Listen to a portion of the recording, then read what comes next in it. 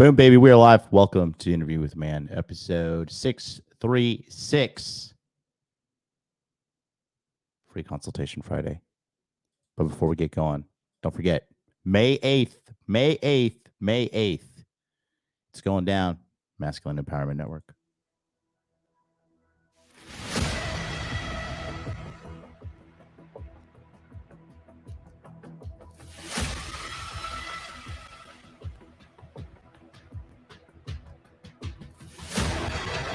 I am not a man that believes in luck. I am not a man that believes in destiny. I believe in discipline. I believe in being powerful. I believe in being self-reliant. I believe in mentorship. And most importantly, I believe in me. I refuse to be a victim.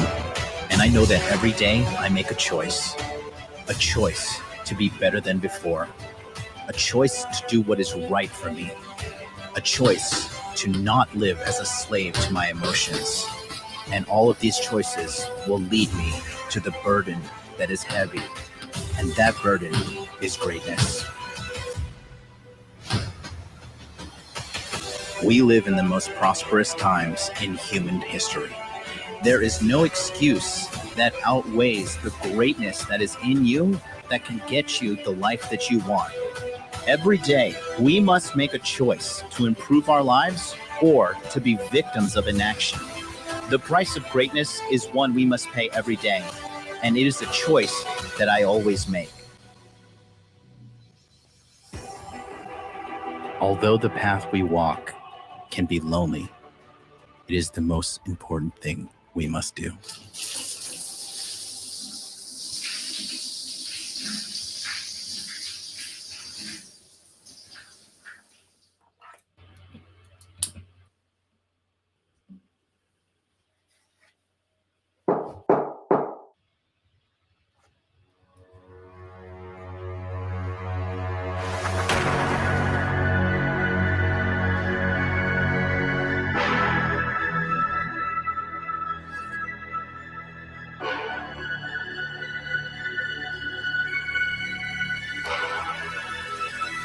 Sometimes when you choose the life of greatness, you need a little help.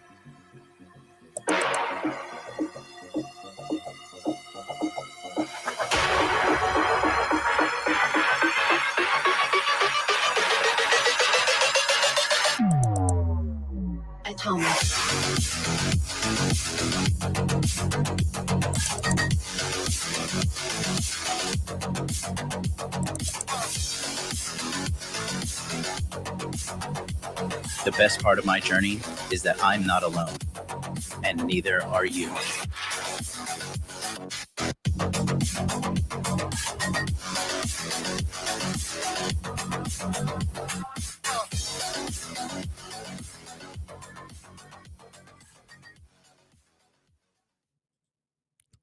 That's right. May 8th. It's going down, baby. Sign up for the annual enrollment of the Masculine Empowerment Network. If you're not on the waiting list right now, do me a favor, go to masculineempowermentnetwork.com.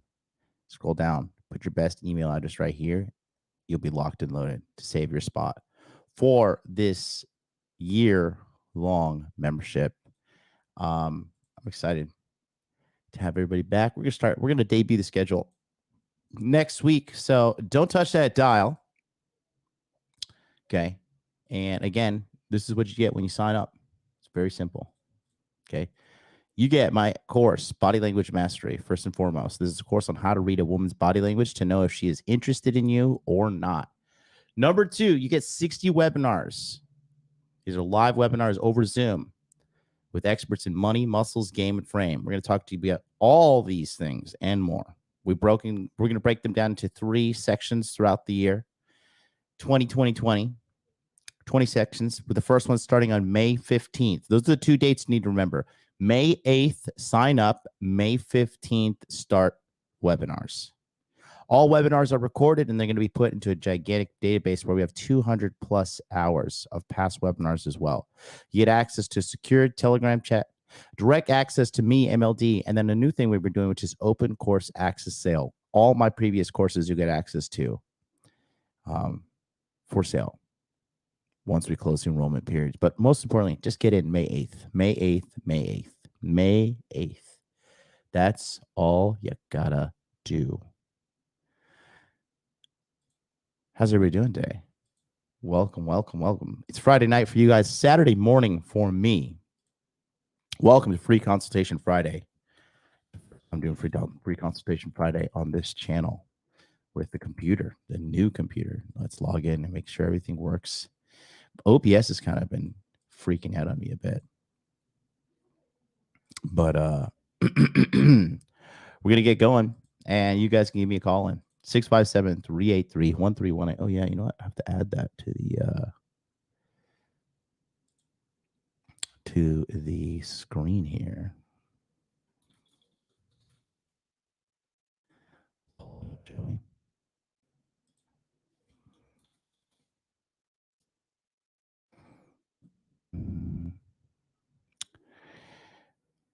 Let's see.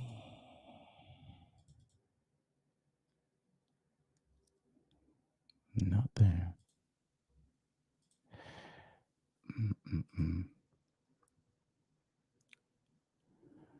Let's see. I don't know where it is.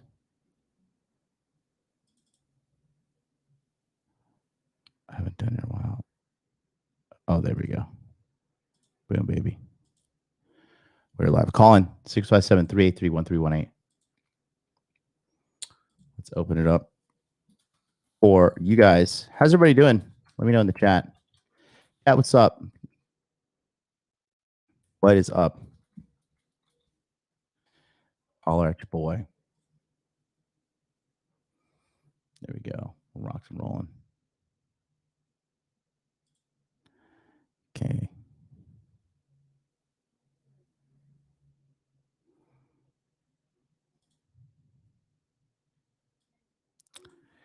Okay. And here we go.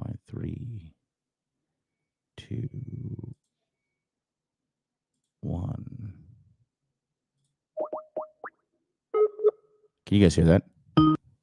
Welcome to Blog Talk Radio. Please enter your host PIN. When finished, press the pound key.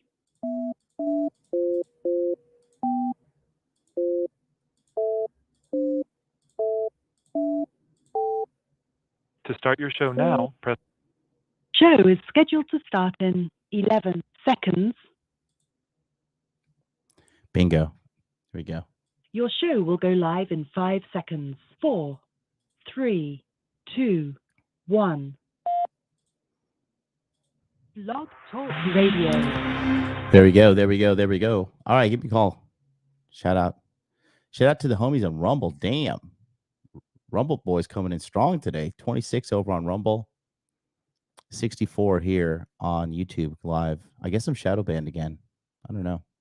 Maybe no one likes my show. Who knows? Maybe I'm fading away into irrelevancy. It's always a thought in the back of our mind as streamers. You know, the social media censorship is just so fucking gay. You got our first caller. Let's go. 484, what's up? Hola, soy señor que habla español. ¿Qué tal? How are you? Talk to me, Andy. Hey, so first off, on the class situation, I'm hearing myself twice. Is everything good? I'm fine. Do you have something on in the background? I do not. No, YouTube's closed. So I guess my question. So quickly on the glasses thing, I booked another appointment, not next week, but the week after.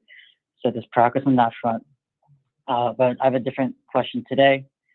Earlier, I just got back from my dance lessons, actually. And for basically, she introduced me or had me dance with another person, another student of hers. So I get practice with someone else. It did not go, I guess, as well as I would have liked. I wasn't able to show my stuff, if you will. And then during the lesson after my private lesson, I was quite frankly irritable and annoyed that I wasn't as good as I know I can be. My professor told me several times to calm down. You're very hard on yourself. You did just fine from what I saw. But I was being quite irritable, frankly, kind of a bitch, antisocial to be around. I've noticed in general, I have a need to be perfect. I hate learning in front of other people, especially in something where it's brand new, like dancing, for example. I know that like feel like perfectionism is some sort of inner like needing to be perfect all the time, even when it's unreasonable, is some sort of inner game issue. But I've been aware of it for a while. I've had with Ryan Fowler about 2-3 months ago, a session with him where we touched on this issue. Didn't delve too deeply into this, but over and over, even in situations where logically I know I should calm down, take a break, cut myself some slack, I don't, and I try to go at it and get more frustrated and more frustrated. So I don't know if I've rambled for quite a bit, but if you could help me out or at least send me on the right path, I would appreciate it a lot. Yeah. So your biggest concern is you got angry after a private dance lesson because you couldn't be good?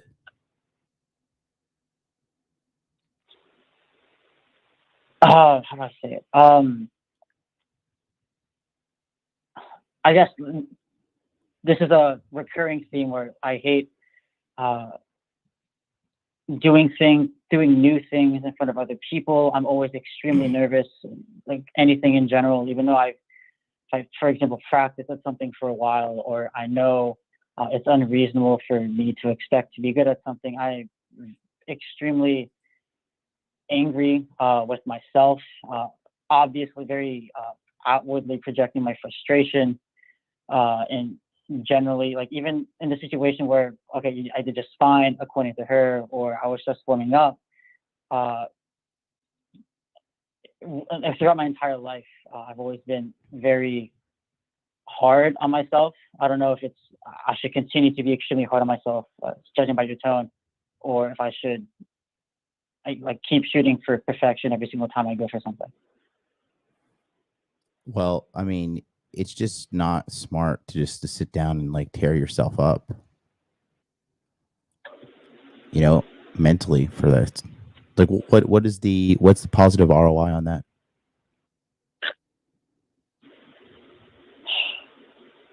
There's not. It's negative. Yeah. And this is your ego. And ultimately that is just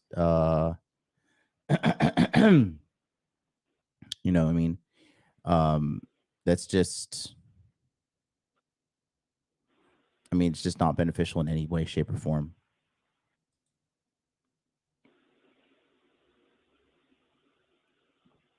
Okay. I don't know if this ever happens to you. Do you, if it does, do you have like a strategy or just set it down in your tracks? Yeah, I'm telling you, bro, like that's like I get frustrated. I was frustrated about 2 weeks ago when I was sparring in kickboxing, and this little fucking Japanese dude was just kicking my front leg and running away, and kicking my front leg and running away, and that's how he's doing. I was like, oh, this guy, it's just frustrating. It's just like, this guy, all he can do is fucking kick me and run away like a little fucking fairy boy, and it's just annoying when, and you chase him down and then, he runs out of bounds and stuff.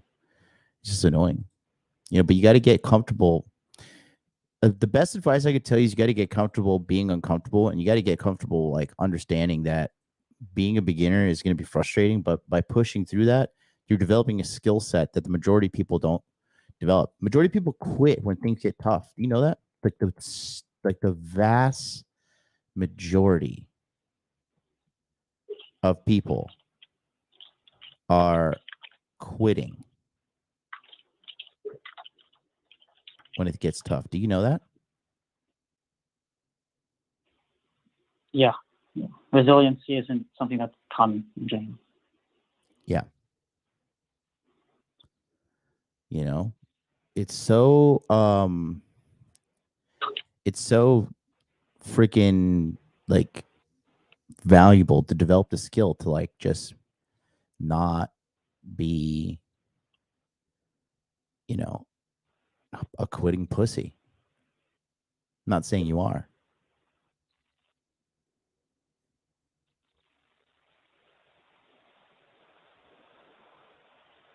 Okay, cool. I guess last part before I let you go.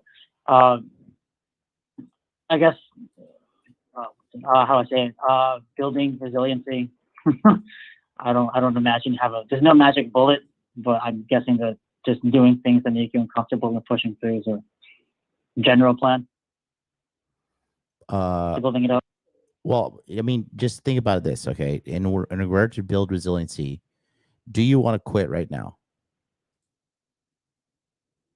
No, I want to push through and get better so I can perform better. That's building resiliency.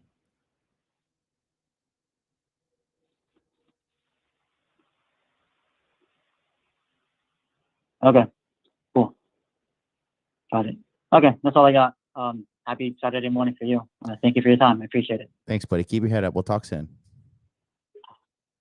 Okay, cool. Thank you. All right, bye-bye. All right, let's go to 850. You're up next. 850, what's up? 0. Can you hear me? Yes. Dude, that's crazy. All right, man. So I've been watching your show. I love it. Thank you. Thank you very much. You have good advice, life advice for men, young men, old men, any kind of men. I appreciate you, by the way. I just want to tell you that. Thanks, man. Wow, it's crazy. I feel like I'm actually talking to you. This is insane. No, it's cool as fuck, man. I'm blushing, man. I swear to God, I'm not gay. But no, bromance aside, I got a girl, and she's the kind of girl that seems to be very, she tells me she's very open to me communicating, or like she wants me to be myself. She's like, oh, I love talking to you. I love doing all this, blah, blah, blah. I want to hear you talk.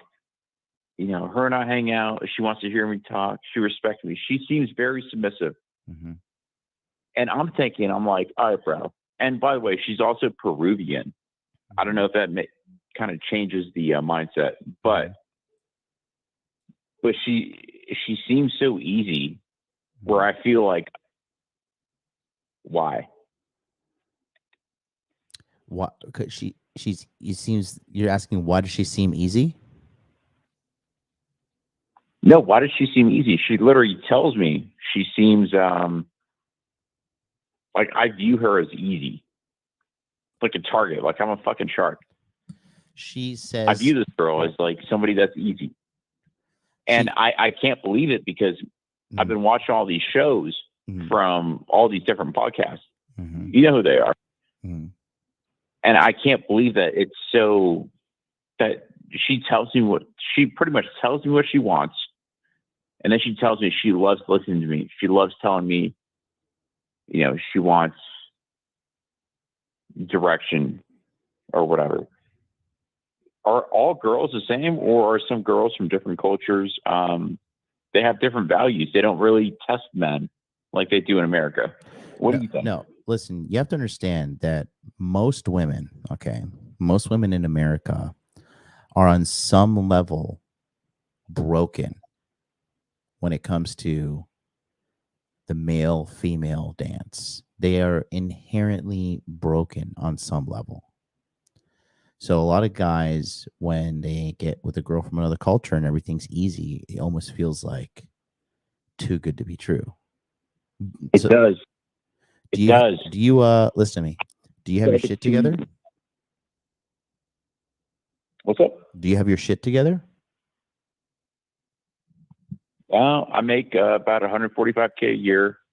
I'm in shape. I'm 28 years old. I think so. Yeah. Yeah. I mean, there's your answer right there. You know, there's your answer.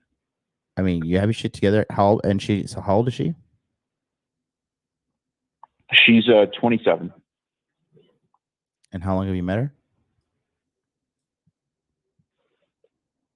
Married? No, No, we're no. still dating. No. How long ago did you meet her? Like how long ago? About 2 months ago. And how soon did you sleep with And her? she's well, I haven't slept with her yet. Okay, so what's going on there? But she's been over.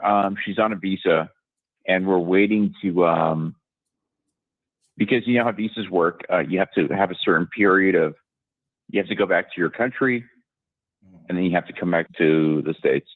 So she's in the period of what do you call it, like hibernation, where you got to chill out on the visa. Mm-hmm.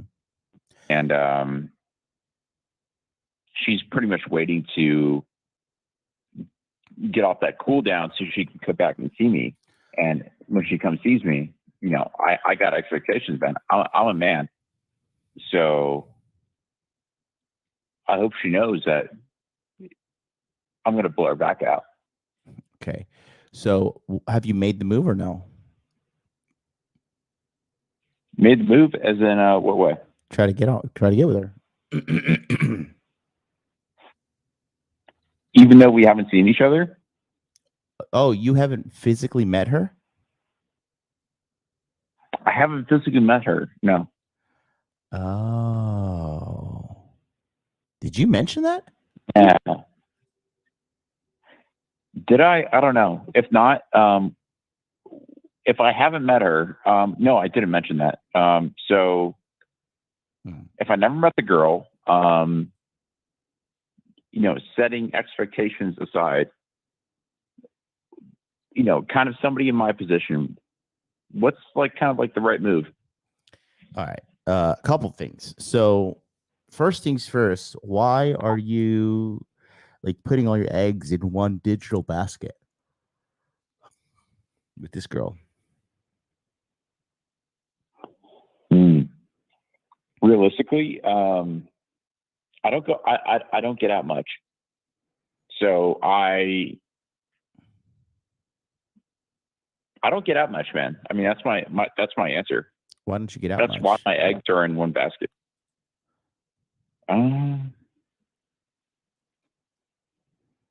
It could be personal reasons, but also,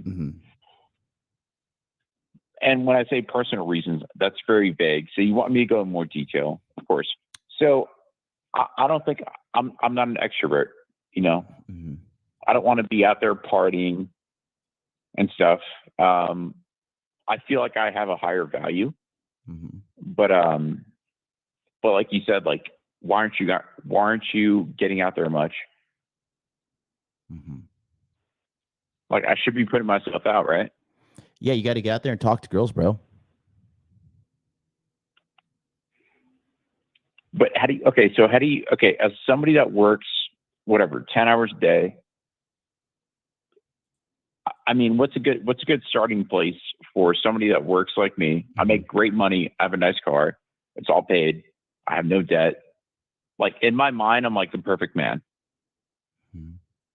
But I don't have any friends. I just moved to this new area. Yeah, kind of what do you think, man? Yeah, well, you got to get out there and talk, bro.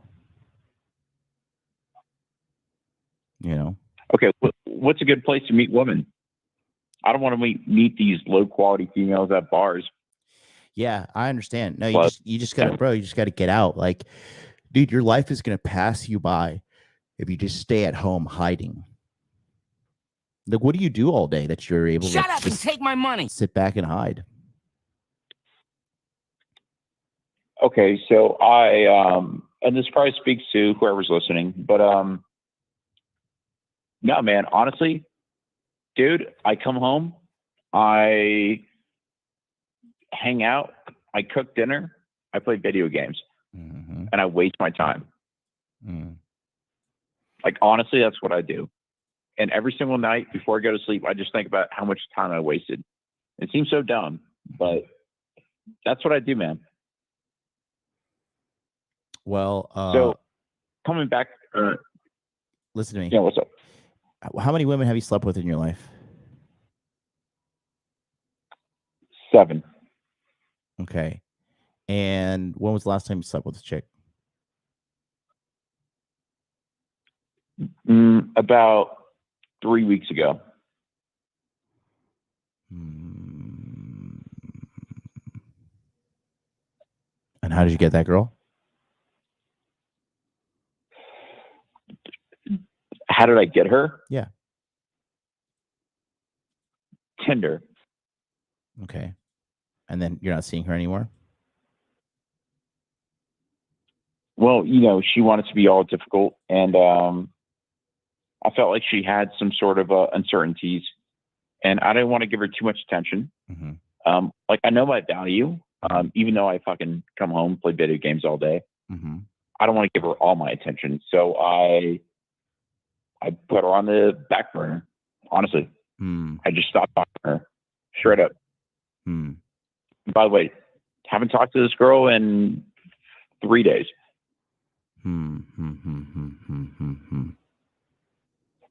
Which girl? Peruvian girl? My biggest weakness is Tinder. Using Tinder as a way to meet women versus, like you said, going out and actually meeting them in person.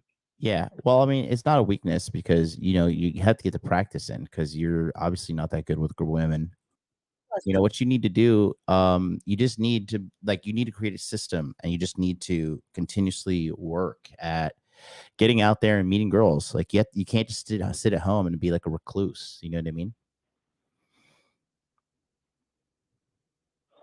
Yeah, sometimes I kind of feel like a loser, Well, you're not a loser. And I'm sure there's people listening that feel the same way.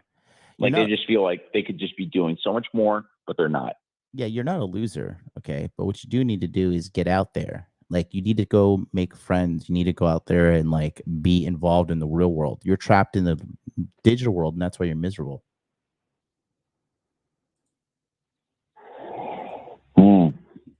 Gotcha. Yeah, that's the truth. Tell me one thing. With this girl that I'm quote unquote talking to now, she's Peruvian, different culture. And I've listened to a lot of your podcasts. You love Japan, right? Yeah. So I'm dating somebody out of country, and it almost seems too good to be true. Mm-hmm. You know what I mean? Like, does that ever seem like the case? I've dated 4 South American women. By the way, I've never slept with a white woman. I'm a white man. And it just seems like all these Latinas and all these exotic women, like, I just somehow gravitate towards them versus somebody that's either my, don't make this sound bad, but like somebody that's white. Like, I've never slept with a white woman. And I ask myself why. It's because I don't think white women have the values that I have. Like, right. I have values. I just don't feel like most women match up to my standard. All right, listen here. That's why listen here, Hotshot. Okay, here's the deal. You've been stewing at home thinking about this for a long time, haven't you? This has been eating you up for months. Years, yes. Okay. You're right. Listen to me. You're going to need help. All right. So this is what I would advise you to do. Go to modernlifedating.com/monthly and get into the Telegram chat and get into my monthly coaching. So what we do is it's twofold. Okay. First thing, it's a Telegram chat that you have 24-hour access to me and the guys in there who are all not struggling with these low-level problems that you are. We're focusing on optimizing money and optimizing women. Okay. Secondly, we have Zoom coaching calls on the 2nd and 4th Sunday at 9 p.m. Eastern. Are you in Tallahassee? No, I'm actually Midwest. I'm out in Utah. Okay, because I see the 850 area. Yeah, 850. That's old number. Okay, so here's the deal. Also, bro, if you're in Utah, you should be able to clean up big time with all those fucking hot Mormon girls up there. Well, listen, if they're actually truly Mormon, are they the girl for me? Because if they're willing to bend their values, because listen, I'm not religious, but if a Mormon is a Mormon, if you're willing to bend your values to meet your satisfaction, doesn't that make you kind of a degenerate? No, listen to me. Like a bad person? Listen to me. Like you don't believe in what you believe in? Listen to me. What's your name, bro? Pavel. All right. Pavel, listen. Listen to me, bro. Okay.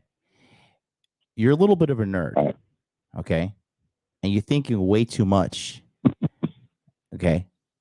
So what you need to do is you need to get out of your head, bro.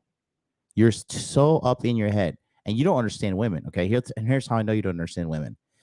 If a woman is super down for you, bro, she will forsake her family. She will forsake her religion. She will forsake anything to be with you. Sure.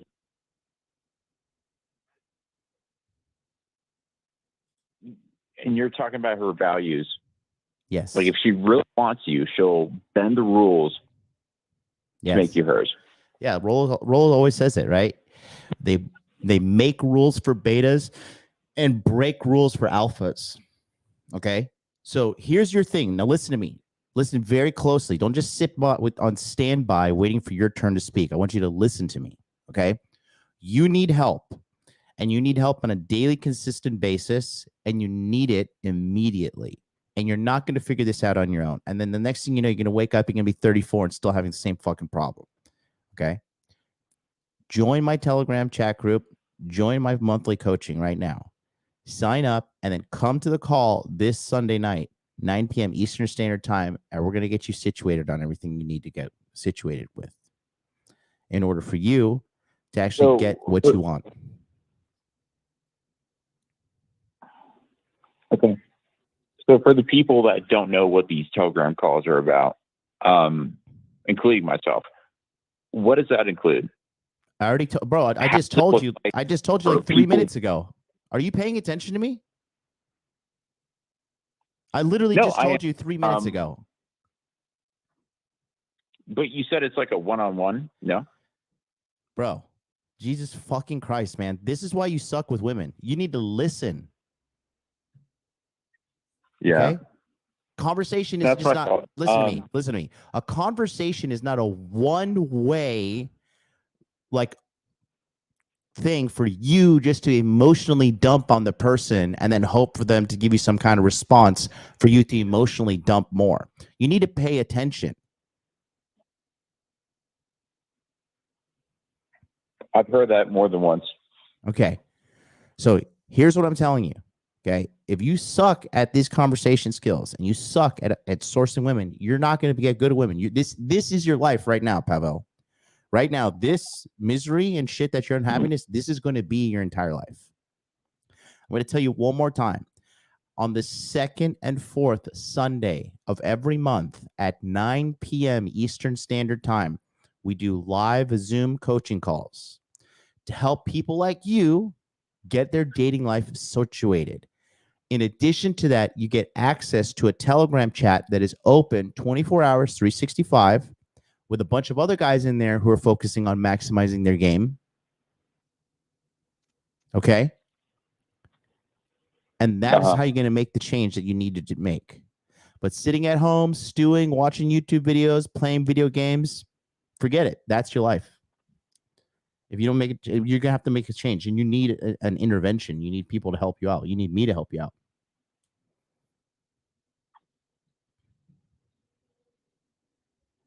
Yeah, probably. I don't think. I mean, I've been trying to solve this for the longest time by myself. Okay. And so, either I'm calling friends or I'm hanging up a buddy of mine. I'm like, okay. But you get to a certain point where you feel like you're just bothering people. You're just like, okay, I really need to figure this shit out. You do. So do me a favor right now, Mr. Six-Figure Earner. Go to modernlifedating.com/monthly, sign up, and get into the Telegram chat. Yep. I'm going to send you a link to get the Telegram, and you'll be locked and loaded. And then come to the call this Sunday night, 9 p.m. Eastern. 9 p.m. Eastern. Mm-hmm. Dude, I'll be there. All right, then go ahead and sign up now. I will. I will. So, yeah, we'll do that. I want to keep it short. I'm sure there's other people you got to talk to. Okay. But again, appreciate you. Appreciate your time. Thank you so much. Thank you very much. Yes, sir. Let's see if he signs up. Good Lord, bro. Lost. Yeah, motherfuckers are lost, bro. That is insane. That is insane.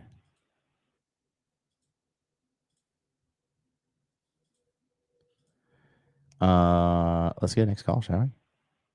Good Lord. Is he going to sign up, guys? What's the over-under on that?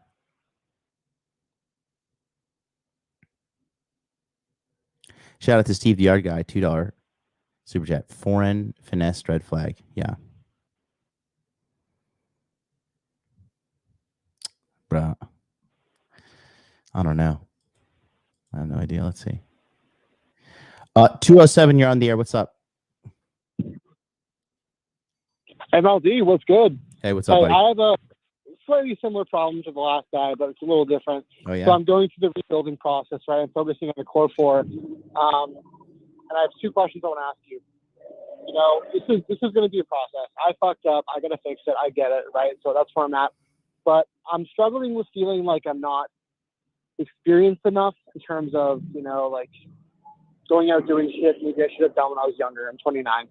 And also feeling like I'm trying to be more interesting, but I don't know how to do it, you know? So that's my first two things I'm looking for help with. You feel like you're not interesting enough? That's why women don't like you?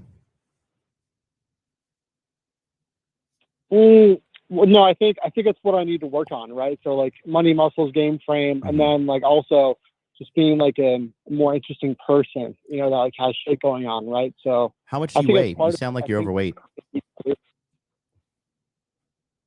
Yeah, I'm overweight, and that's a big thing I'm focusing on. So you and I talked about that during the inner game healing, and you know, not being a fat fuck and having a shitty relationship with food. So that's something I've really been working on and being consistent about. Are you the self-storage guy?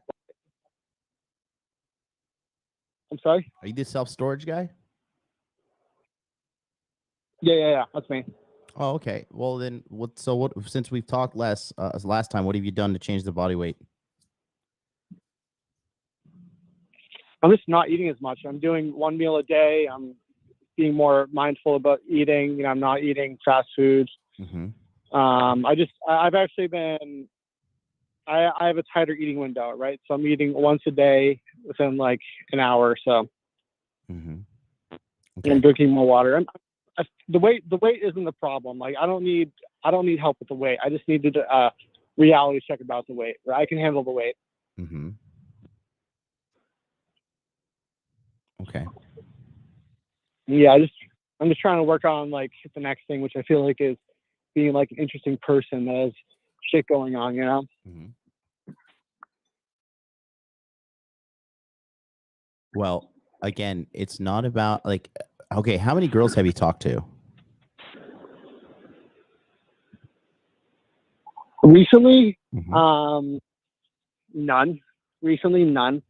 And in general, I've had a couple of girlfriends. I've had maybe like 5 girlfriends. Mm-hmm. Slept with like 15 or 16 girls overall. Mm-hmm. I used to have a lot more game when I was younger and had like a different mindset, right? But now it's just kind of different. Now I feel a little older. Now I feel like, you know, it's more difficult, right, than, you know, after high school or in my early 20s. So not as much as I want to. I want to be talking to girls all the time. So then you got to talk to girls, bro. There's no Fuck yeah. I'm right there with you. There's no way around it. 100%. Yeah. You know? No, I'm in my downtown. It's small. The area that I live in kind of sucks. So I kind of, you know, like where I live, right? It's kind of like East Bumfuck nowhere. Right. And I think the only way I'm going to really feel abundance is if I have like an online brand, because I'm not going to be able to just go out to the local college, you know, go to the bars. So I'm kind of thinking the only way I'm going to have abundance is if I like really like ran myself online somehow or something like that. I don't know. I didn't really think that was the way I was going to have to do it, but I'm thinking I'm going to need to like consistently go to different places, different from where I live, to like actually meet women. Mm-hmm. Okay. So I just didn't think that was like, listen you to know, me. Listen to me. Listen to me. Mhm. It's pretty simple, bro. Okay. You got to get out there and talk to women. That's you're creating all these problems, okay, in your mind. But you know, like, oh, like you got to talk to these chicks, bro. There's no way around this. No, 100%. I'm with you. That's why I got my ass out of my house and I'm outside right now. You know, I'm touching some grass. So, like, I know what I have to work on. Listen to me. Listen to me. My main issue was the interesting part with. Dude, yep. Listen to me, okay? If you're not out here talking to girls, you're not taking my advice.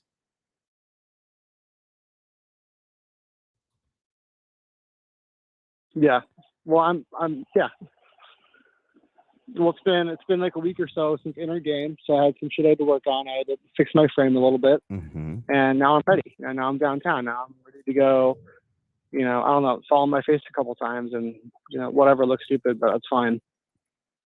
I think I just have to get over that one hurdle, which is not that bad. But can I ask you a different question? Sure. Slightly different. I was wondering, so I'm 29, turning 30, right? When do you think would be a good age to think about getting on TRT? Obviously, I need to get my weight and shit in check, but I don't really want to wait to get on it. Because it seems like a lot of guys that are getting on it are like saying, you know, I should have gone on it earlier. You know, the effects are so great. I should have, you know, just instead of 32, I should have gone on 30. So I don't know. Do you have any advice on the TRT part? I'm thinking it's an easy fix, but it's also like a real way to up everything and kind of turbocharge everything I'm trying to do. So the thing is this, right? You don't need to be worrying about TRT right now. You need to be worried about you need to worry about getting your weight down. That's the biggest thing there. Indeed. Okay.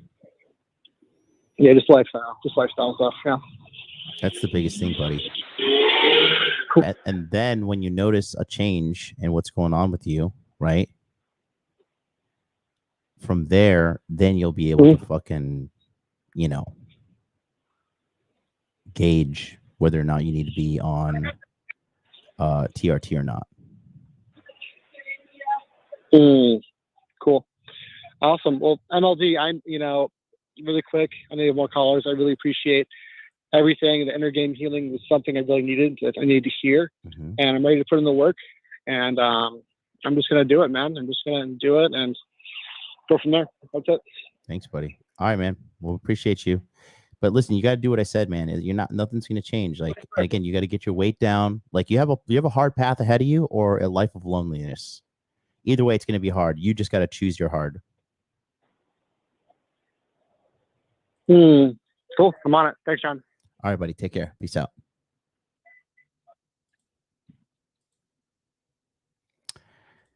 Guys, don't forget, if you want to get more help from me, I do the consultations on my website, modernlifedating.com. Take a look. Hey guys, thanks so much for watching today's video. We're gonna get right back to that, but I wanted to quickly tell you about my one-on-one coaching service. If you need help with making money, making muscles, learning game, or holding frame, let me help you. I've been helping thousands of men over the past 5 years, and I'm very sure I can get you results as well. All you need to do is go to modernlifedating.com/coaching and book your session with me today. It's a private one-on-one session.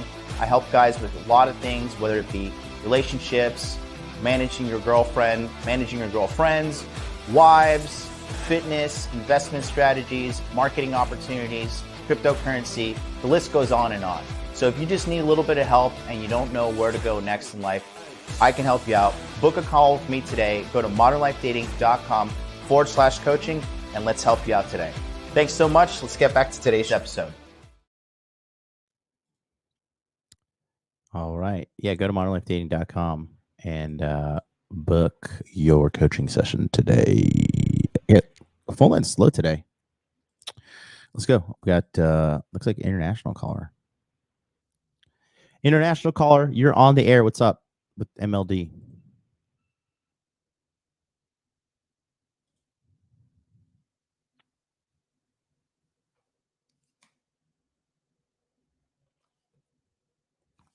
All right, he hung up. All right, let's go to 540. 540, you're on the air. What's up? Hey, what's up, John? This is Corey from Q1 2020. Hey, I remember you. In San Diego. Hey, what's up, dog? How are you? I just got a couple questions. Sure. Yesterday's show is really good. The part about having the friends that are divorcees, you didn't really touch on what if the girl is a divorcee? Is that a full black flag as well? I mean, the stats aren't not in your favor. I wouldn't say it's a black flag, but she's not on the right path. Are her parents divorced as well? Yeah. I've only been on 2 dates with her, and I haven't really asked about her parents. So. Okay. Well, so why are you calling and asking about her? I haven't. What's making you feel unsure so far? Well, if I don't smash by date 3, I'm probably gonna just write it off anyway. Mm-hmm. So and move on. Mm-hmm. First date went well. Second date, I had been up for like 20, or I was super tired. I'd been up since like 4 a.m. that morning and went on a date that night and was just exhausted. And date went okay, but did not smash. So, yeah, I mean, I found out she was a divorcee. Her divorce happened in 2019. Mm-hmm. So I assume she's had time to kind of, get past the, probably the depression phase or whatever after that. She's cool. Kind of like the last dude that was, or maybe not the last dude, but the guy who was talking about the Peruvian girl. She's Panamanian, but grew up in California from 11 to adulthood. She's got a master's in biochemistry. Pretty smart. How'd you meet her? Has her own tutoring business, tutors college kids. How did you meet her? At a concert. Okay. Just kind of sparked up conversation and got her number, and then took her out like 3 days later. Mm-hmm.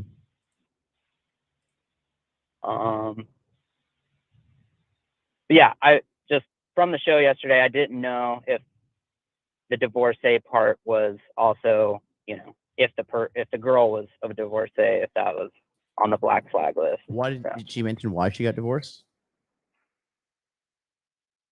No, I haven't asked about her past relationships or anything like that. I haven't.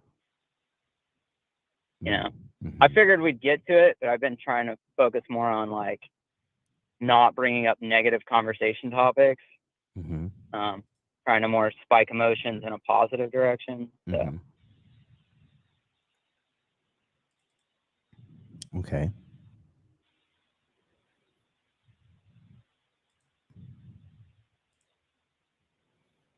So it's just going to take some time then, if that's the situation.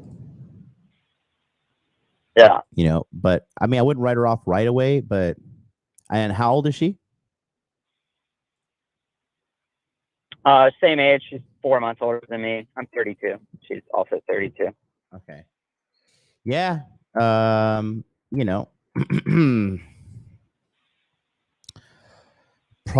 And kind of like the other guy who was talking about the Peru.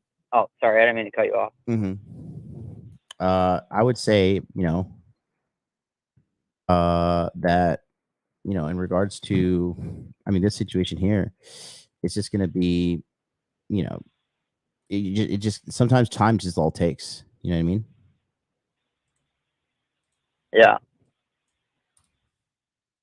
That's Yeah. I totally agree. I just, as far as my work schedule, I have now 2 online income sources that are just kind of starting to take off, and so I'm still working kind of a day job currently, to pay the bills until those really take off. Mhm. So, and then so basically I have 1 day a week to focus on dating life, Mhm. and then like 1 day to fully rest and recover, and then Mhm. so like it's kind of more the like, should I just keep spinning plates and like, or should I like actually put in time? Mhm. Because like the guy said about the Peruvian girl, this girl is more feminine, and it seems to like be a lot easier than.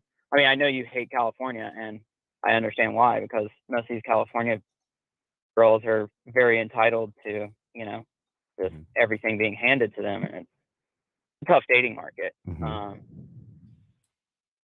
So Yeah, it's just that's the game. That's just the game right there. Yeah, there's a lot of things you just can't really you can't really put a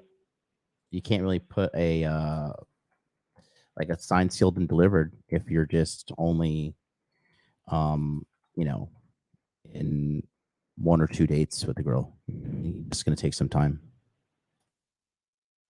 yeah, for sure. Mhm. And then I did have another question. I should have wrote it down.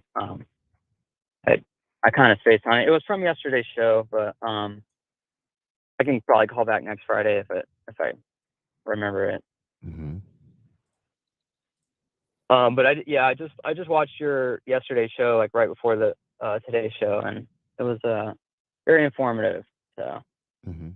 uh, Thank you. Good stuff. Well, yeah, yeah, give it cool. a go. Thank you Follow so up with much, me. and yeah. Follow up with me, and then we'll make it happen. All right, sounds good. Hey, how much is that, the Telegram group? It's $150 a month. The monthly 150. Okay, Mhm. cool. Yeah, I was in it like in the beginning, and then didn't stay going with it, but yeah, I would like to join that again. So. Cool. Pop in. All right, thanks, bud. I'll talk to you soon. All right. Take care. Bye-bye. All right, peace. Yeah, and that other guy, Pavel, has not signed up. He claims to be a high value man. I'm sure he's going to figure it out on his own. All right. Phone lines open 657 383 1318. No call. Too small. Give me a call. And don't forget.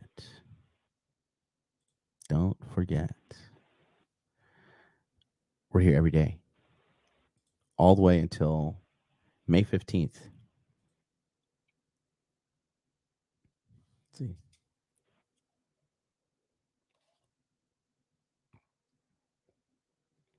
Mm-hmm, mm-hmm.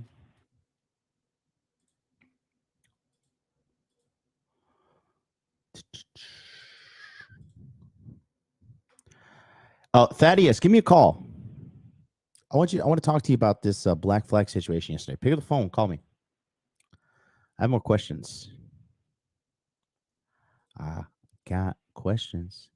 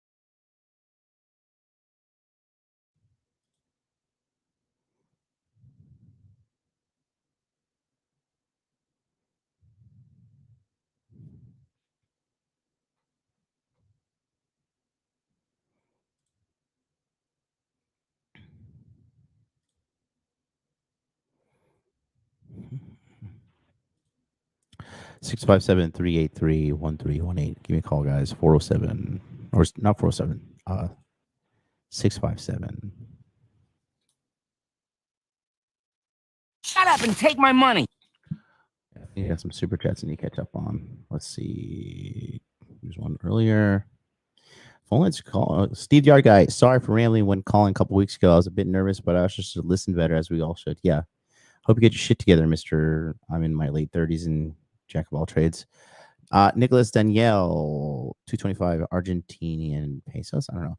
I feel so great about how taking action with inner game healing will change my life. I couldn't help but buy myself a watch. All thanks to you, brother. Muchas gracias. De nada, de nada, de nada. Yeah, man. It's all, it's all good. It's all good. Is the Masculine Empowerment Network same as the other service with the Telegram chat monthly code? It's so much more.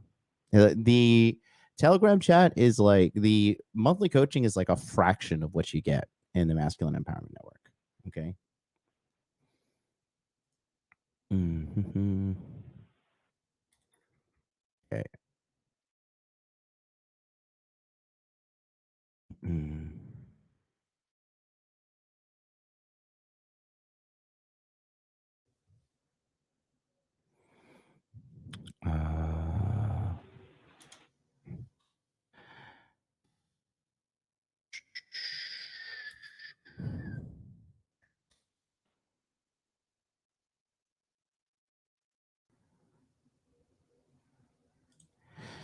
All right. Well, no one's calling in. I guess you guys have figured out all your problems. Well, if there's not another call within the next 5 minutes, I'm just going to go. I'm going to go to kickboxing.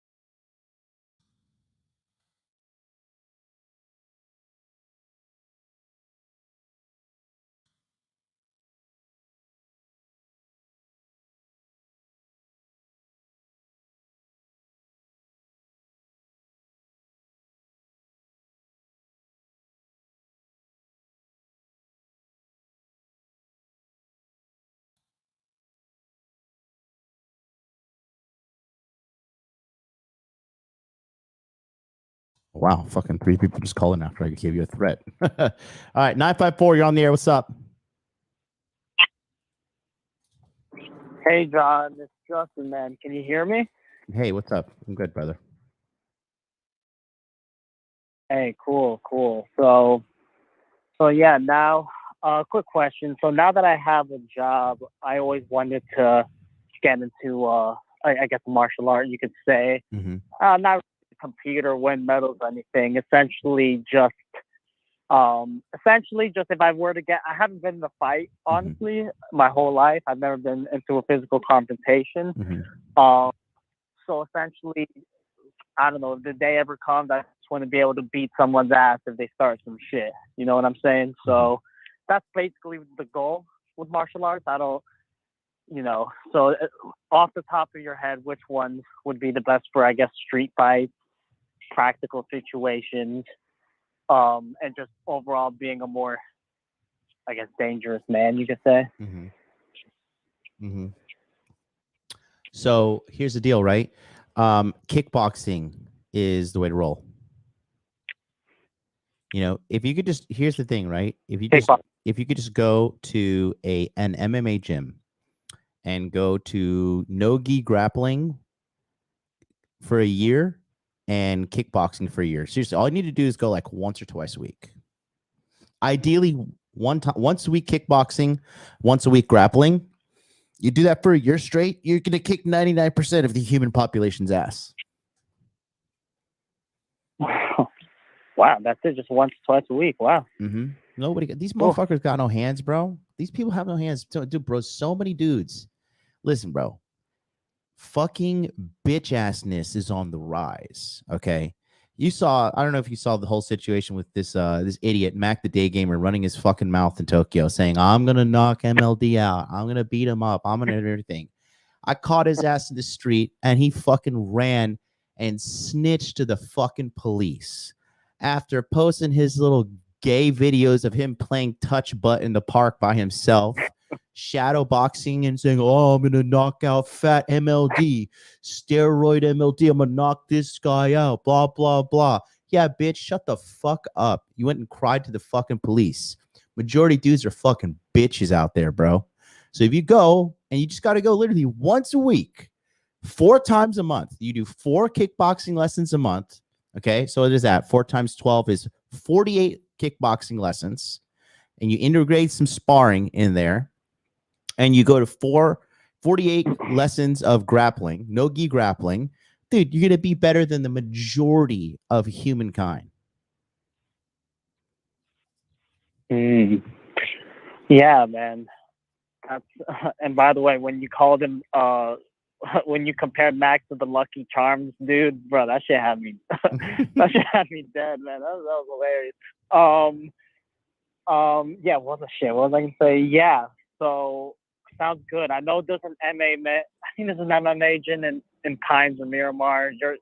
You're familiar with Florida. I don't know. Maybe that rings a bell, but yeah, for sure. And yeah, I was gonna ask, do you think it would be uneconomical to, because I guess the nearest MMA gym is probably like 30 minutes away, right? Yeah. Do you think it would be, do you think it would, and I have a gym membership really close, like, 10 minutes away. That's where I go to work out currently. Right. Should I keep that gym membership and then sign up for an MMA gym because it's closer, or just only have the MMA gym and work out and train in it, in your opinion? Okay, so if you just make the choice to say, I am just going to train fighting for a year, and you don't go lift weights, you're going to be a fucking bad dude, bro. You're going to be a bad dude because fighting is hard. Fighting is hard, and people are weak, quitting pussies.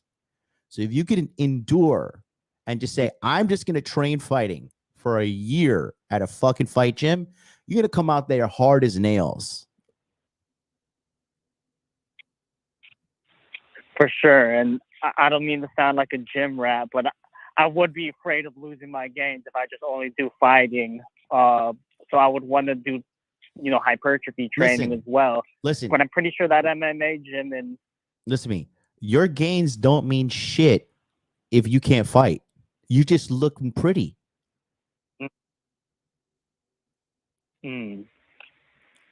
Shit. Justin, if somebody were going to come up to you and slap you in the face right now, like, what would you do? Like, what would be your fight strategy?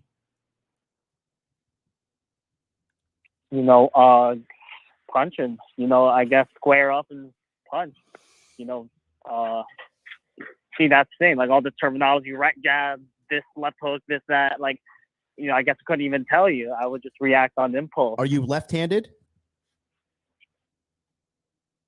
I write with my left hand, but when I played baseball, I threw with my right hand. So I don't know. I'm actually not sure which one I would be stronger in when boxing or throwing a punch. To be honest, I have to see. Yeah, well, I mean, it is what it is, bro. But regardless, I would say if you want to do both, go ahead. You can do both as well. Cool. Yeah. Sounds like a plan. I have a friend, I think, goes to the MMA gym. Hope maybe he give me a hookup, but that's cool. Yeah, and you said kickboxing, right? I thought I was gonna do Muay Thai. Is that how you say it? Muay Thai. Yeah, Muay Thai. Clearly new to this, but definitely. I think. I just think I noticed that all my friends that do some sort of MMA or just know how to kick someone's ass, they kind of move different, and I kind of want to get that, satisfaction. Because, my current state, if someone were to start some shit, I'm gonna be honest, I'm bigger than most guys, but I don't have formal training and that sort of shit. Like, you know, so, you know, definitely think it would be good. You know, and if all comes, if push comes to shove, you can just get really good at calling the police as fast as you can. You'll be just like Mac the Day Gamer. Call the police. I'm gonna prosecute you. Lucky Charms. Oh, what was that guy's name from the fucking Elf? That was hilarious. Yeah, bro. And you know, I guess random note. I think it was you who said, who brought up the anime Psychopath, and I actually watched it in between, you know, after work and stuff, of course. Yeah. And that shit's really good. That Dude, shit's really good. Of And course. it kind of made me think, like, if we had that gun and we could point it to people like these, you know, all these leftist people, I imagine their crime coefficient would be really high. Yep. You know, just a random thought. Oh yeah, But dude. I think you appreciate that, you know, whereas all the people like you that are honest, the crime coefficient, it'll detect, it won't go into enforcer mode, whatever. But yeah, that's cool, man. Yeah, all right, sounds good. I'll look into the MMA gym, or if there's just another gym, some sort of, because I know the MMA gym is a mixture of a gym and you can train and do MMA there, obviously. So yeah, then if you could do both there, do it. I mean, if you can do both, do it. You know what I mean? Yeah, sounds good, man. All right. Well, thanks. I'll see if they have kickboxing classes. I imagine they do. It's an MMA gym. So yeah, sounds good. All right, cool. Thanks. Bro. All right, good. We'll chat soon. Take care, Justin. Yeah, man. Thanks. All right. Have a good day or night. All right, bye-bye. Oh, shit. International caller. My bad. I just hung up on you. Call back. I think you were 6-1. Anyways, let's go to 979. I hung up on one of you guys. My bad. Call back. 979. What's up? Hey, John. It is Ernest. I called on your episode that you deleted a couple weeks ago. Mm-hmm. If you remember me. Yeah. So I told you last time I was trying to figure out a way to make more money other than just like working at Walmart and my cards and stuff like that. You're the smart Mexican guy, right? I'm sorry? You the smart Mexican guy? Yeah. You're selling the Yu-Gi-Oh cards and stuff like that? Yes, sir. Okay. Yeah. So the past like 2 weeks I've been trying to look up like ways to make money online.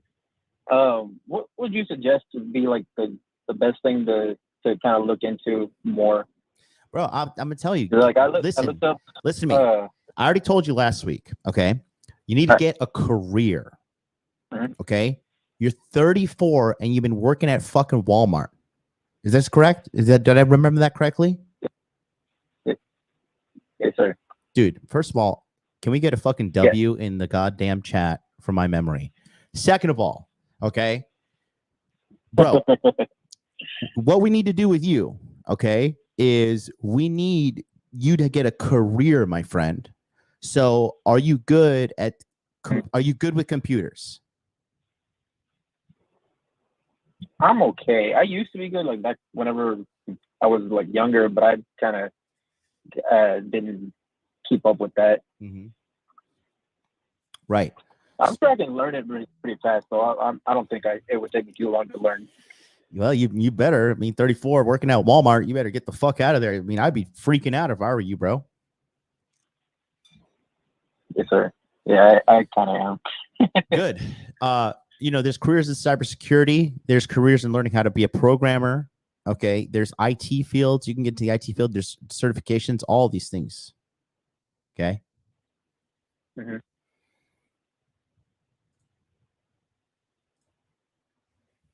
Okay. I will look into that more. Oh, I know you have some like old episodes where you tell people where to go for those things too.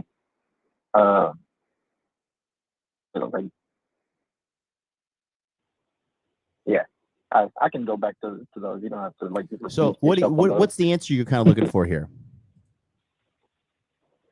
I'm trying to figure out basically just a clearer path, because like I feel like my mind is kind of all over the place trying to figure out something specific to do, and it's like I can't really focus on one thing at a time.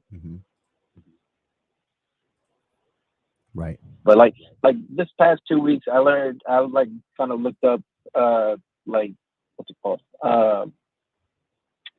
I forgot what it's called, but it's not digital marketing, but like marketing with referral links. I know what it's called, but I keep forgetting the name for some reason. I was telling somebody about it earlier too, and I forgot about it.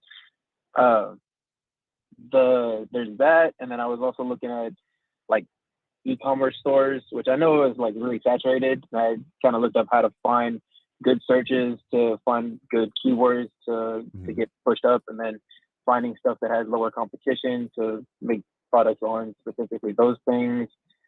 I figured out how to use AI programs to create designs and all that stuff. That took me a couple hours to learn, but it didn't take me too long. And I started making some like designs with like superheroes that were fused together and like made posters for them. But then I thought about it with the posters. Working at Walmart, I know posters don't sell very well, but phone cases do. So I was like, I can just put them on phone cases instead of posters, and that might sell a little better. So here's the thing. Listen to me.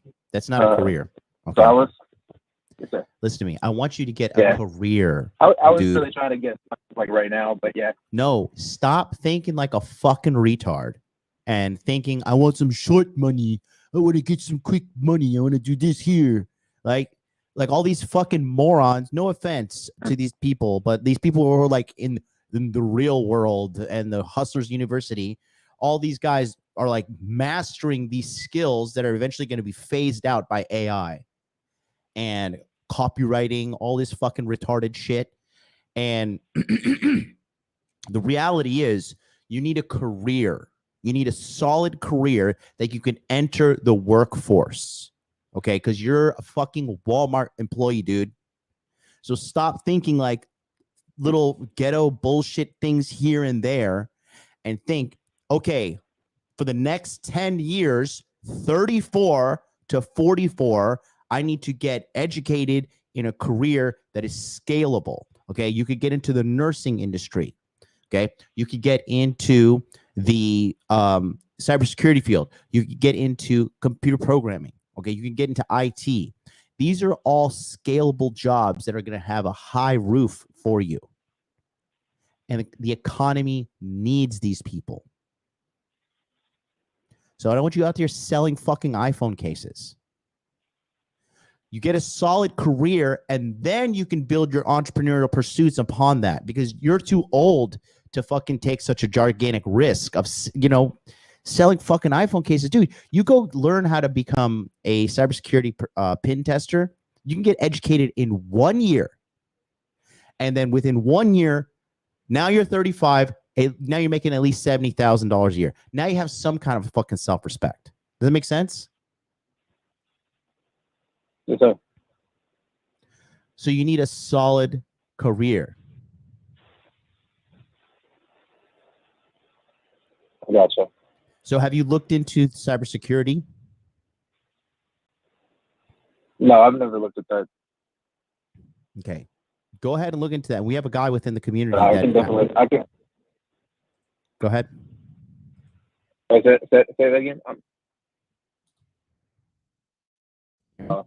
Somehow it went into where I can hear the episode again. Hold on. In 1 second. Okay. Okay, I can hear you now. I don't know why my YouTube started playing into my headphones, but so you said, have I looked into it? And I said no, and then I didn't hear after that. Right. You need to look into something that is a viable online skill. Okay. You need a career, not these little side hustles here and there. You got to start, because you're thinking like a fucking peasant, bro. You need to think long-term, big picture.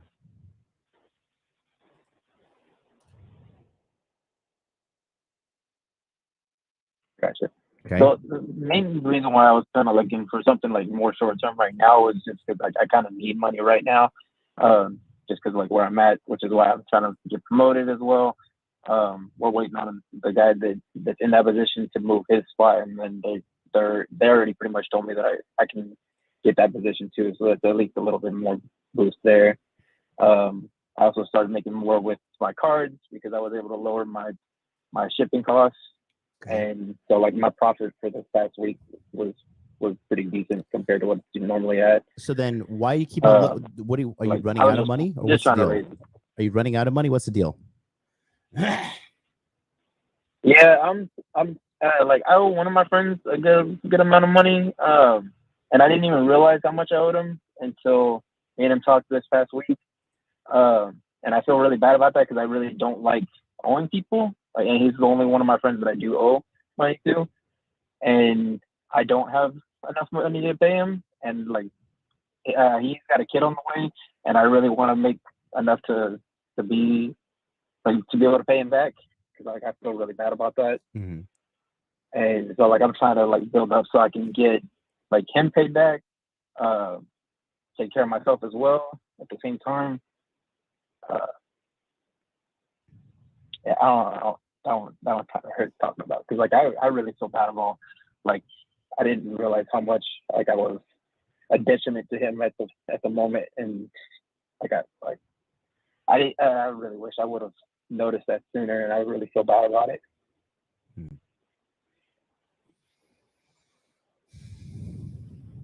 Okay. Well, listen, dude. All I can tell you is like your situation is only going to get worse. Yeah. And money helps all problems. I don't give a fuck what anybody says. So you really need to think about what is. Yeah, I listened to Brandon Carter. Sorry. Go ahead. At least cut yourself. Okay. You need some kind of career, my dude. All right. And you need to get on that path quickly. Mm-hmm. Can you afford $150 a month, or is this going to send you into the fucking poorhouse? I sort of can, like, sometimes, but sometimes I can't. Because I would tell you, because I've really thought about it, like trying to listen to me, subscribe and stuff. Listen to me. I would tell you, if you could figure out a way to hustle these fucking Yu-Gi-Oh cards or whatever to make $150 a month, and then come to the monthly coaching, participate in the Telegram, we can start making a bigger change in your life. But if you just, call me in every Friday and kind of give me a phone update, it's just going to be hard. But if I can have like a constant contact with you, I'll turn your life around, bro. All the guys that are in my monthly coaching, there's a dude in my coaching named Benzie. He's been in the monthly coaching for like 2 years now, and this guy is like he is just trending up higher and higher. He's getting all the girls he wants. He has a super bad, hot fucking Vietnamese chick who's loyal as shit to him, and he's about to break 6 figures. And he just got a private apartment in a fucking super luxurious high rise in Canada, and he's just been consistently showing up. It's all about consistency, guys. It's all, dude, every single day. Do you understand that sometimes I look at my subscriber count, I look at my view count, and I look at the comments, and I see no super chats coming in stuff, and I just feel like, damn, bro, I'm fucking irrelevant. My brand is falling apart.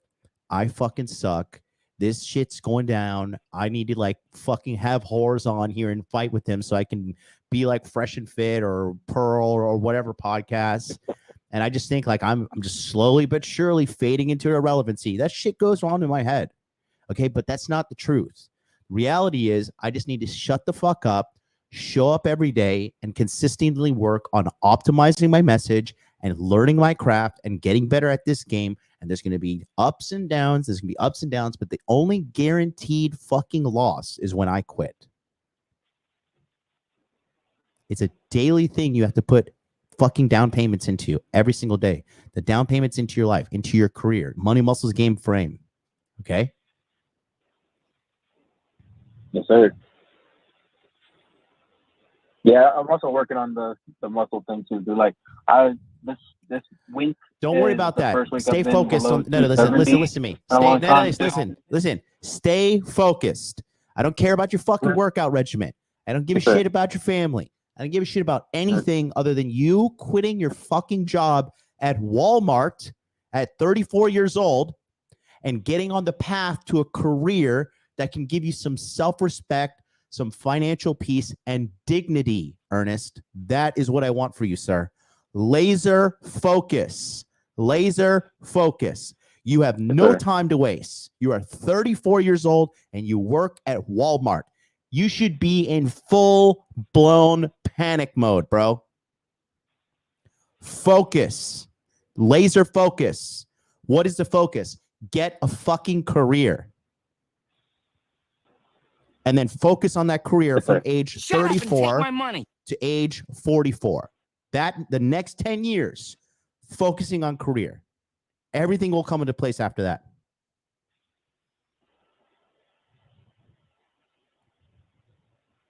Yes, sir.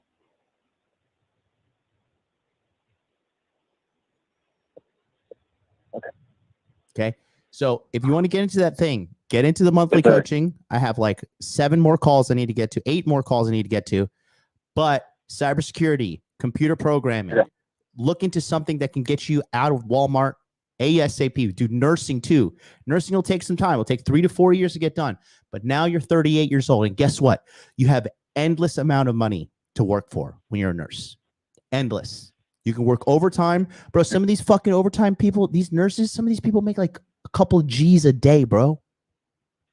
Couple of G's a day. Yeah, one of the girls, the only girl that I talked to, she's a nurse, and yeah, I know she also, I met her when she worked at Walmart too, and she became a nurse, and like I still talk to her a lot. She was telling me today she makes in like 1 hour what she used to make in a day at Walmart. Bro, because you're working at Walmart. Like that's like the bottom feeding job of America. Yeah.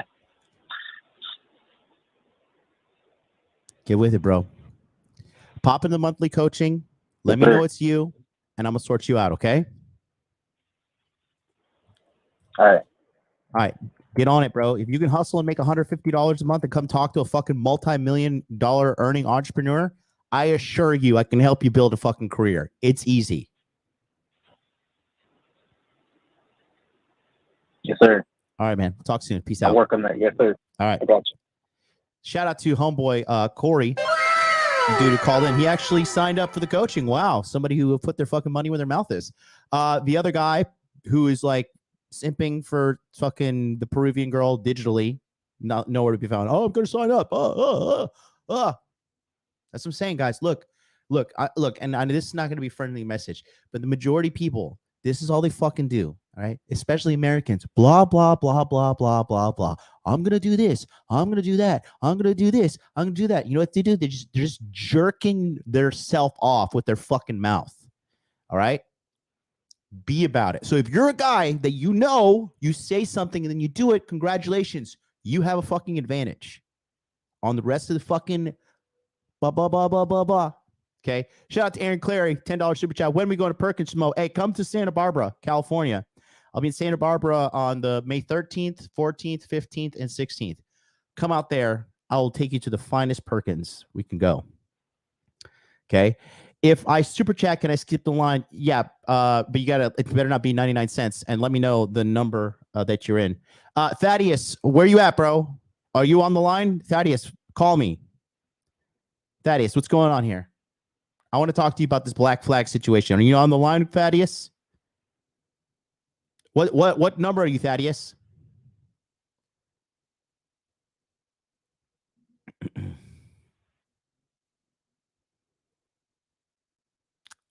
$919? Let's go.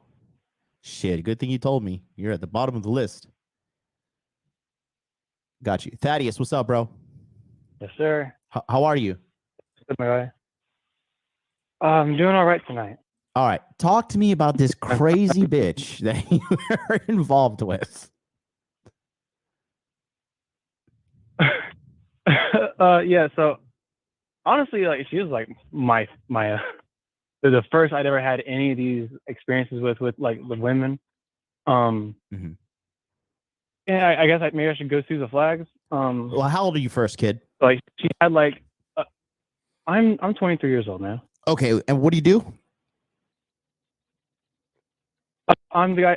I'm the guy working at that pizza shop. I called about the whether I should go plumbing or welding. You know, I'm that guy. If you Okay. remember that. How tall are you? Shut up and take my money. I am 5'9". And how much do you weigh? I currently weigh 218, but I'm on the way down because originally in February I was like 257, so I'm doing pretty decent progress. And what's your race? I'm a white guy. Okay, and where are you located? North Carolina. Okay, cool. And good work. And what's your body count? Honestly, it's just 2. Okay, no, good for you. And then what are we doing to get out of this pizza shop? So I'm gonna go and first I need to get my FAFSA done, and then I'm gonna go apply to a trade school in in Raleigh. Yeah, I think it's in Raleigh. Yeah, and then I'm gonna go and get into the plumbing program, and then I'm gonna work there, study there for I think it's 2 years, and a summer, I believe. Good plan. What's this And then whole wait, time out. Listen to me. Thaddeus, I'm gonna call you out.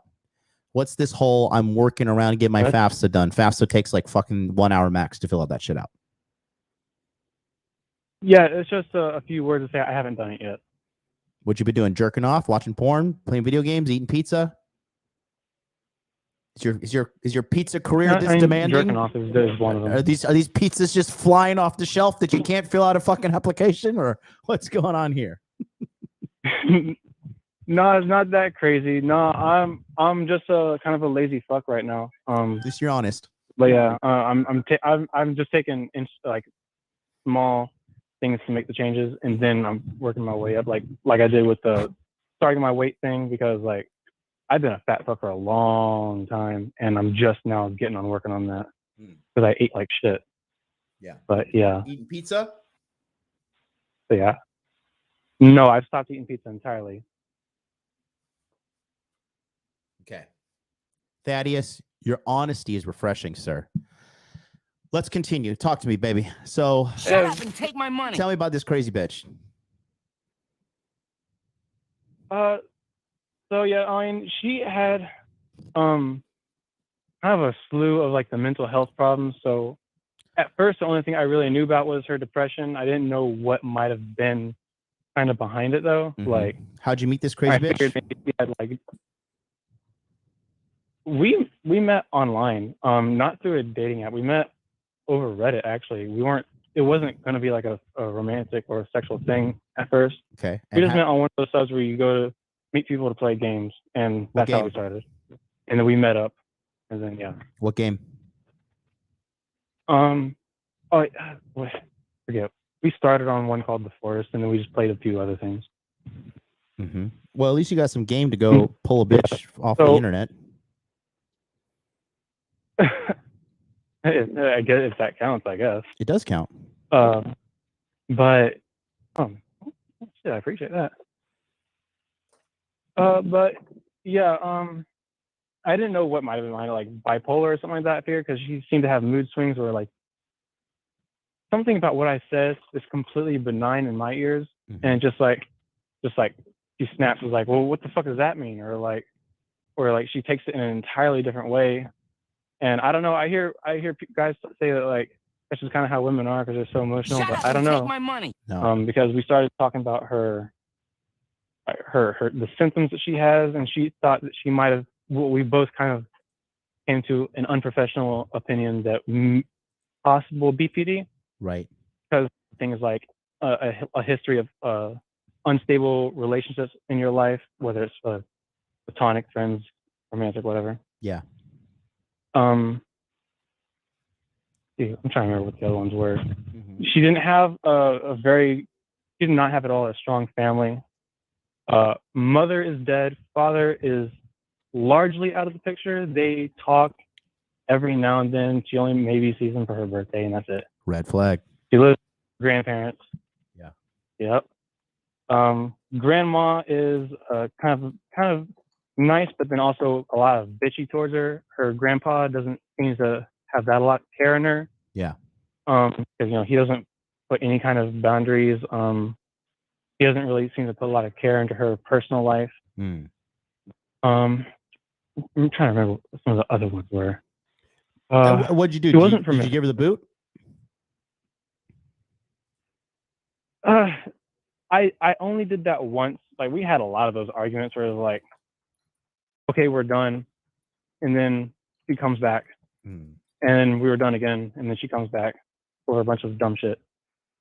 And the last one, it got into a really, really bad spot this last October, to the point where like he kind of got aggressive with me, and we ended up getting to, and what I really regret, that we got into a shoving match, and at the end of it, when she got tuckered out, she pushed you first. She said that her neck hurt and all that, and yeah, she pushed me first. Yeah, listen, that's a black. I should add that onto the. I should add that onto the black flag list, bro, because 9 times out of 10, women are always the one to initiate violence.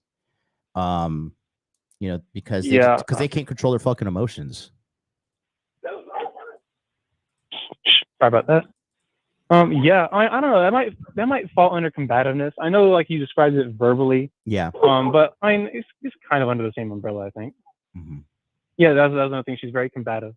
She fought me on absolutely everything, no matter what. And it kind of tied back in with those pointless arguments that I mentioned earlier. Yeah. I can't remember the other ones, but I have to go back and see the list. So let me give you I can't some. really What's your body count, buddy? Just just off the top of your head, do you know?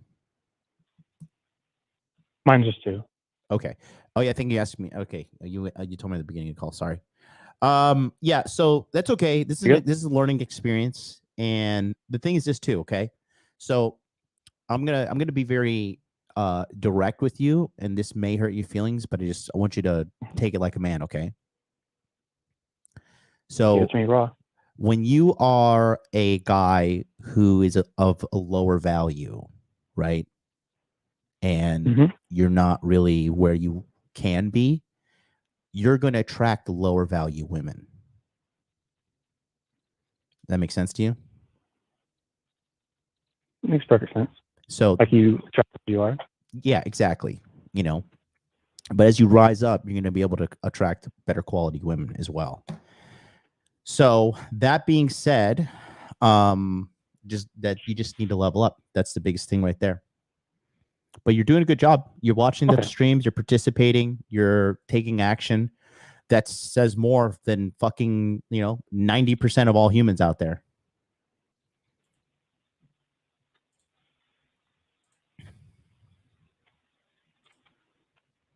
Yeah, yeah.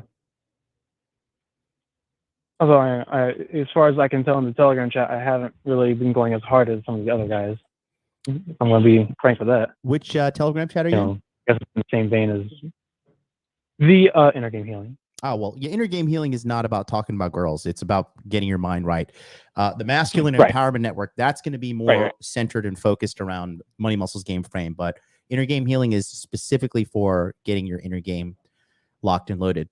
All right, man. Listen, it was good chatting with you.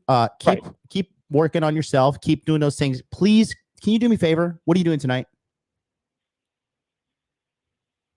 Tonight, just finish up what I'm doing around the house, and then that's it. Please fill out your FAFSA tonight, and then send me a message in the inner game healing chat. It's like, yo, MLD, I filled out my fucking FAFSA. Please fill it out tonight. I got you. Go do it, and just send me a fucking proof that you did it. Okay. All right. Yeah, I'll take a picture of it. Good. Thank you so much, Thaddeus. Have a good night. Yes, sir. You too. Okay. Bye-bye. Good kid. Cisco Coronel 1999. He says, I want to skip the line. No problem. You are now next. And then Steve, I need to know what line you are, bro. You just said I want to skip the line. I need to know what phone number line you are.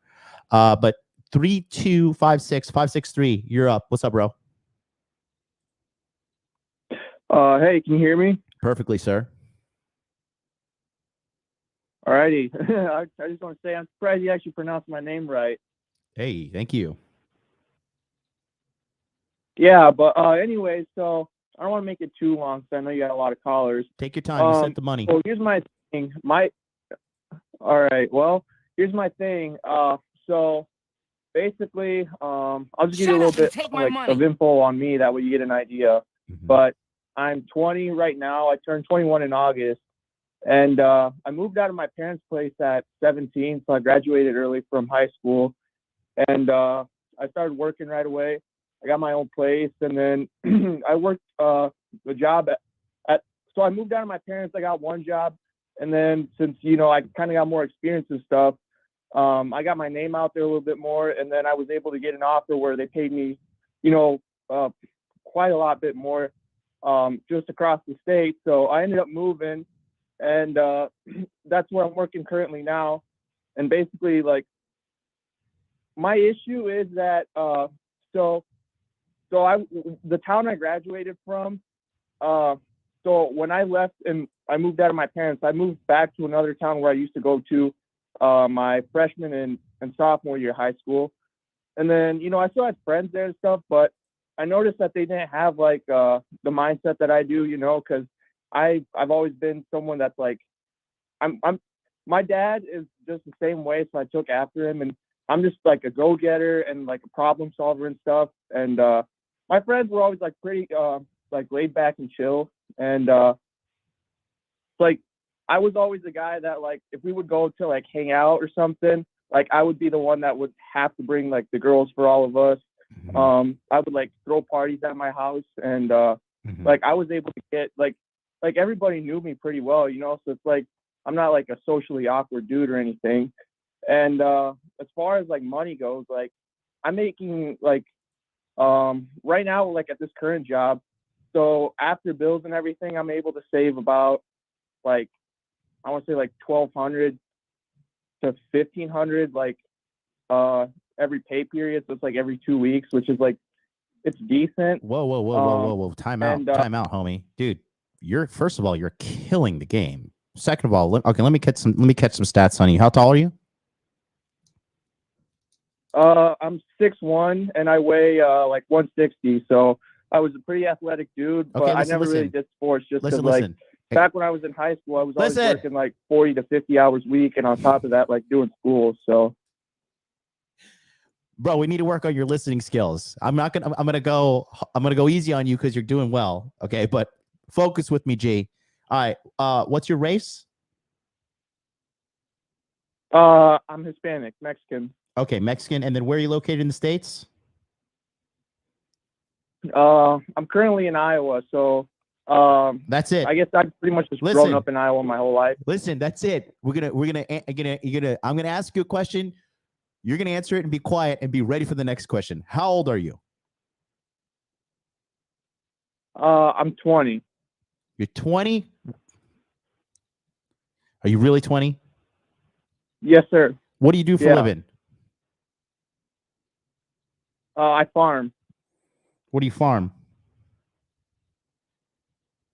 Where I'm at right now, so in the summertime we do crop farming, so we do a lot of corn and soybeans. Then during the winter time, I'm basically a diesel mechanic at the same place, and we fix like diesel machinery for the local like John Deere dealer here in town.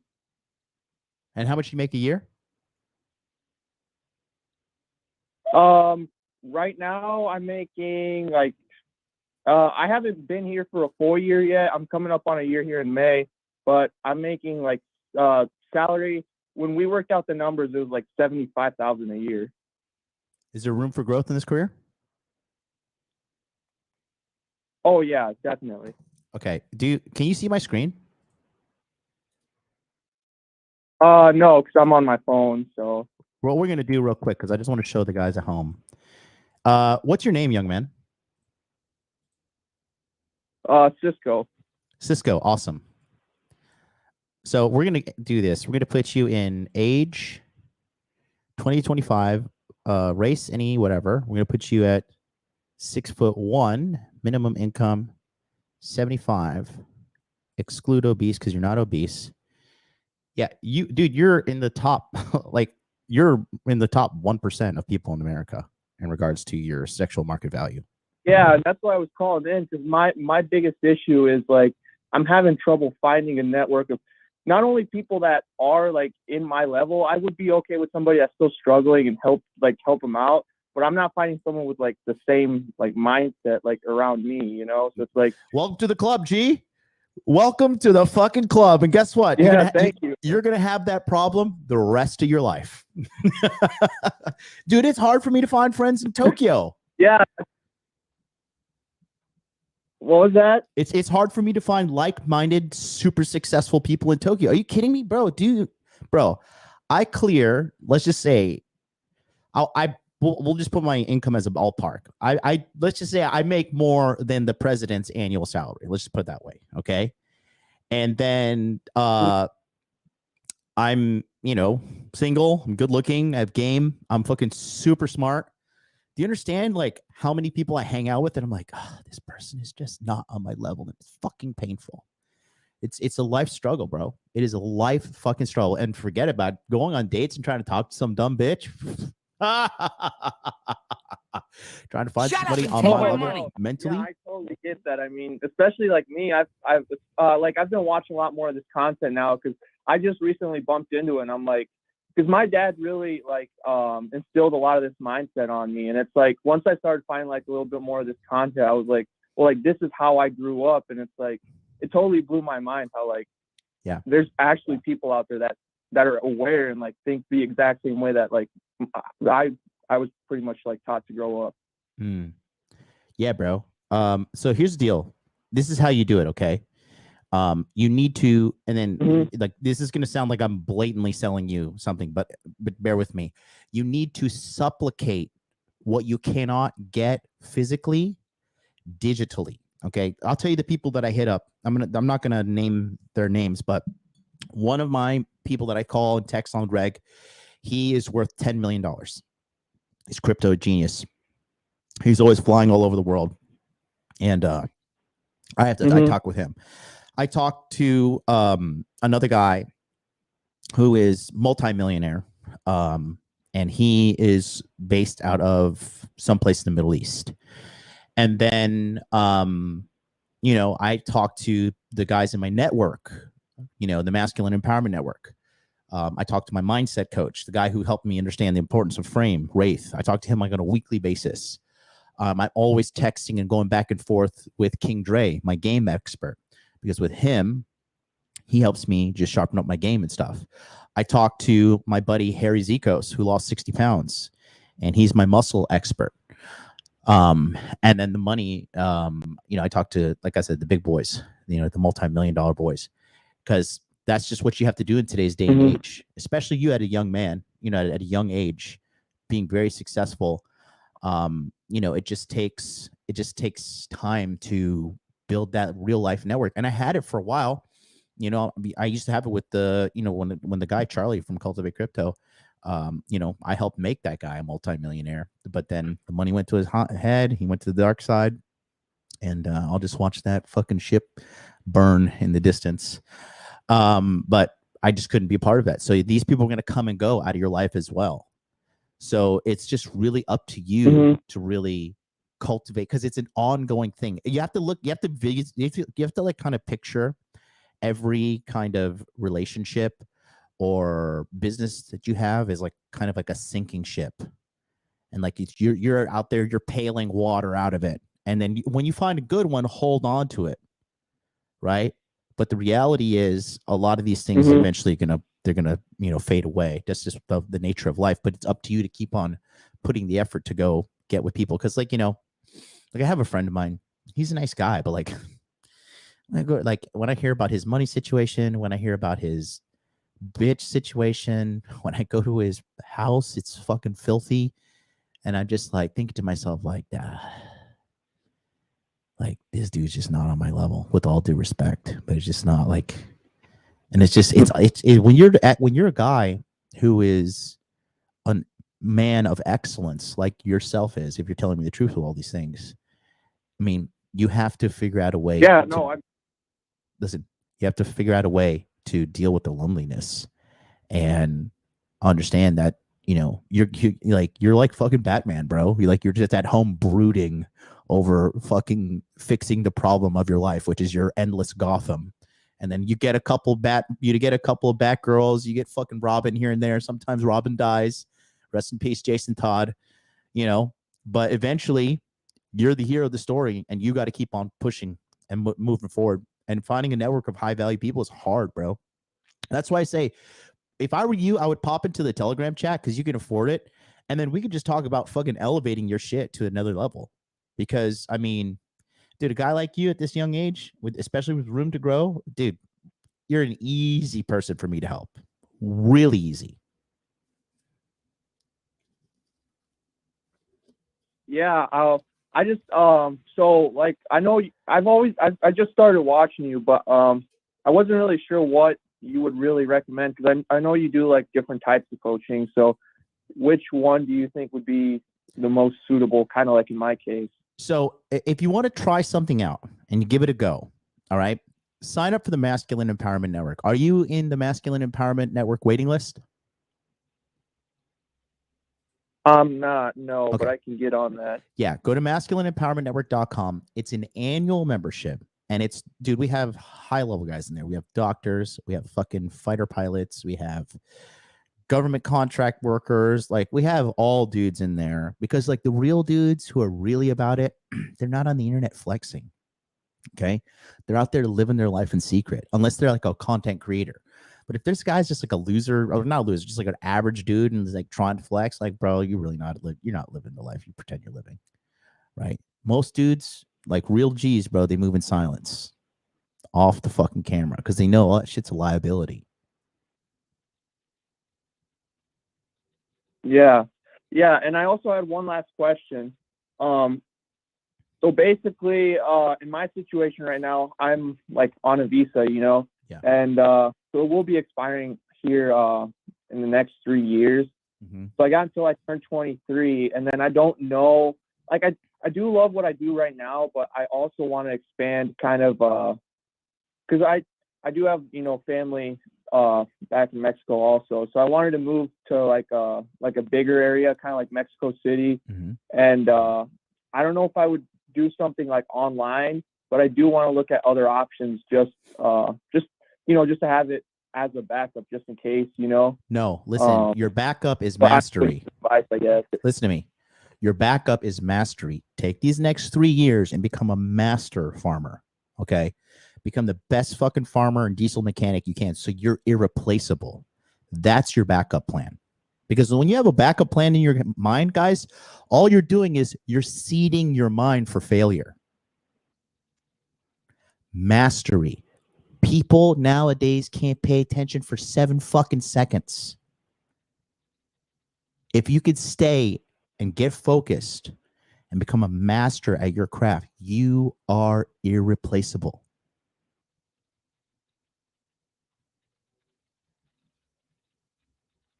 Alrighty, well, thanks. I will sign up for the Masculine Empowerment Network, and I'll talk to you more in there. Yeah, bro. Really good talking to you, man. Appreciate you. We'll talk soon, okay, bud? Alrighty, thanks. All right, peace out. All right, Steve is up next. Steve, 956, you're on the air. What's up, buddy? Hey, MLD. Hey, thanks for the donation to cut to the front of the line. And Emilio, you're up next. Appreciate you, bro. Well, how can I help you? Thank you, my friend. There's a little thing. I'm having girl problems, but that's not. Who cares about that? That's not important, right? Just a life problem. Maybe I think I'm on the right track. I think I'll just tell you a little bit about myself. I'm 26 years old, Navy veteran. I'm getting $2,000 a month from VA disability from injuries I blamed on the Navy. What percentage of the disability are you getting? 80. I need to work on 100. I've been lazy. I can get it. I know I could. Bro, I've just been lazy. That's what I was gonna say. Go get the fucking 100%, because the Federal Reserve has printed that money. Go get the 100%, dude. Put your fucking ass to work. Don't be like, dude. A lot of these military dudes. Let me tell you something. I meet a lot of guys. Some guy in his 50s recently told me I'm a high value man and I get 100% disability. So I get $3,000 a month. So I don't need to work for anybody. He's like, but I'm broke and I don't have enough money to live the life that I want. And I'm like, bro, you're not fucking high value if you're just getting a glorified fucking welfare check from the government. That's what disability is for VA. It's a glorified welfare check. I agree. And I get it. Maximize your earnings, bro. Get that money. But don't sit here and tell me you're some fucking high value male. Not you. I'm just talking in general. Don't tell me you're some fucking high value male guy. Right. And when you're at home and you're just getting a fucking welfare check from Big Daddy government. Okay? 100 grand. That's the beginning threshold for high value man. Go ahead. I'm saying high value, but I was, yeah. But once I got out of the Navy, I was, just, okay, I got my own place. That's more than half the losers here can say. I'm very attractive. I feel like I'm above average looking person. So, but I was so unhappy no matter what hot girl I got. What I was like, and then this red pill thing boomed, and he's like, yeah, I would be unhappy too. You're a loser, and you know it. And I'm like, yeah, you know what? You're right. Like maybe in like 10 years, I'm not going to be as good looking, and I'm gonna have no money. I'm gonna be living paycheck by paycheck still. So yeah, that scared me. So, I wrecked an uninsured car. That was a problem. So I'm looking at the positive. I'm like, who cares? I can make that. I'm gonna make that money, pay that debt, knock it out. I don't care. So right now, I'm in the Institute for Electrician. I do not like electrical. I'm not interested. I'm not happy about it. But I think I heard something along the lines: work isn't supposed to be fun. You can't feed your family with happiness. You can't find your passion. So I'm working on electrical. I think it's gonna be good money in the next 10 years. Everyone's switching to electric cars, solar panels, all that crap. I'm using the GI Bill for that, so I'll be getting $1,800 a month for the next 9 months, on top of the $2,000 a month from the VA. I'm working at HEB, which is trash money, easy job, get paid weekly. But I also want to Uber. Since I wrecked my car, they'll lend me the car, pay them $200 a week, and I'll keep the rest of the money Ubering. Uber's a shit job. I'm trying to. What's up with you with all this peasant shit? I agree. Why are you trying to do all this peasant shit? You don't think the electrical thing's a good idea? I think it's not going to lead you to a higher end position in the workplace, like electrician. Okay, I can. Yeah. Okay, let's just do. I heard you talk about. Just calm down for 2 seconds, Sparky. Oh yeah, sorry about that. I apologize. Please do. I'm trying to. Can you look at the screen or no? No, I'm not. I'm just on the phone too. All right. Well, let me pull it up here. Okay. So if you want to be an electrician, your average salary is going to be $59,962, with the high end being $94,000. Is that the roof on the life that you want to be putting? 94 G's? No, I want to be where you are, unfortunately. And, well, fortunately, I don't know. Yeah, a little bit. I was stationed in Japan for 3 years, so I know a lot about the Chuhai stuff. Like you were saying, I think I saw on one of your episodes. I know a lot about Japan. Well, Chuhai, and I realized about Chuhais is not going to fucking make you money, guy. Stay focused with me on the conversation here, please, Stephen. Oh, yeah. Okay? Oh, yes. So, yes, I apologize. What is your plan? It is electrician is your first plan? I'm just trying to do the school because at least it's better than like doing these peasant jobs, these HEB, living paycheck by paycheck, comfortable. I'm not happy with it. I'm just not. There's no future. Those jobs are going to be phased out by AI. I agree. I heard you talk about the cybersecurity thing for a year. Yeah. I have after this electrician thing, I'll have 20 months left of the GI Bill. Wait. Time out. Listen to me. Steven, do you do drugs? Do you smoking weed? Why are you like a fucking goldfish no. with your? Do you jerk off? You watch a lot of porn? What's going on? Your attention span is really short. I apologize. I just been going through a lot. Yeah, a lot of things I want to ask you watching porn and jerking off? Sorry. Are you watching porn and jerking off? Don't lie to me. So I'm not gonna lie. I did have a bad porn addiction, and I realized it recently, like 2022, end of 2022, and I tried to stop. I told my ex, my girlfriend, whatever.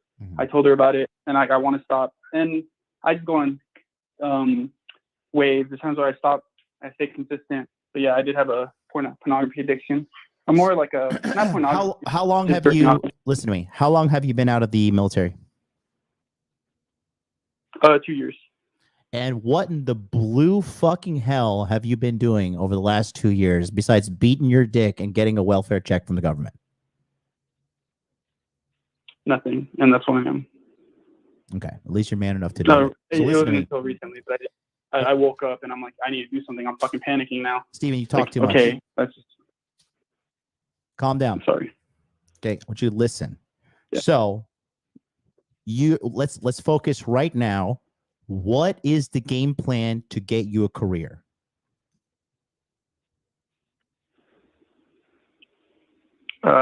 I agree with you when you said you need to learn a skilled trade. That's what I'm trying to do. Trying to find something Okay, so that's going to have a lot of money in the future. Steven, I asked you what is the plan, and you gave me some vague bullshit. So that tells me you don't have a plan. So I'm going to ask you again, and I want you to focus, take a deep breath, and I want you to respond to me in a concise and logical manner so we can get some clarity to your thoughts in a straight linear pattern. Okay? What is your plan to get a career going as soon as possible?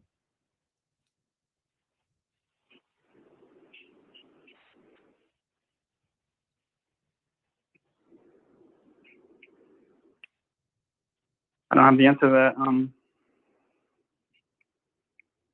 kind of lost in a way. Okay. That's okay. At least you are honest. Okay. Now, Yeah.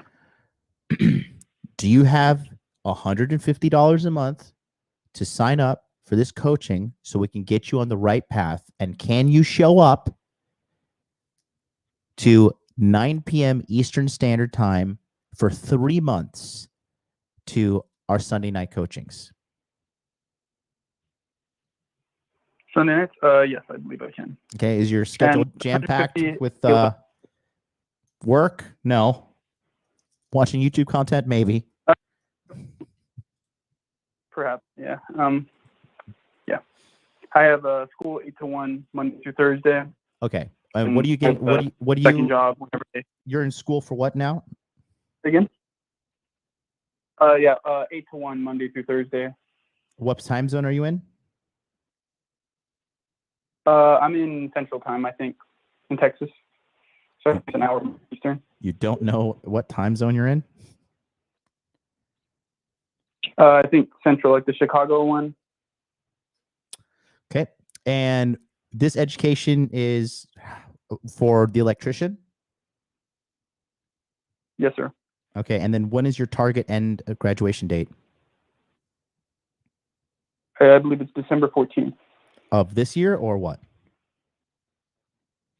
Yes, sir. Okay. So December 14th. And then have you looked into places that will have you employed?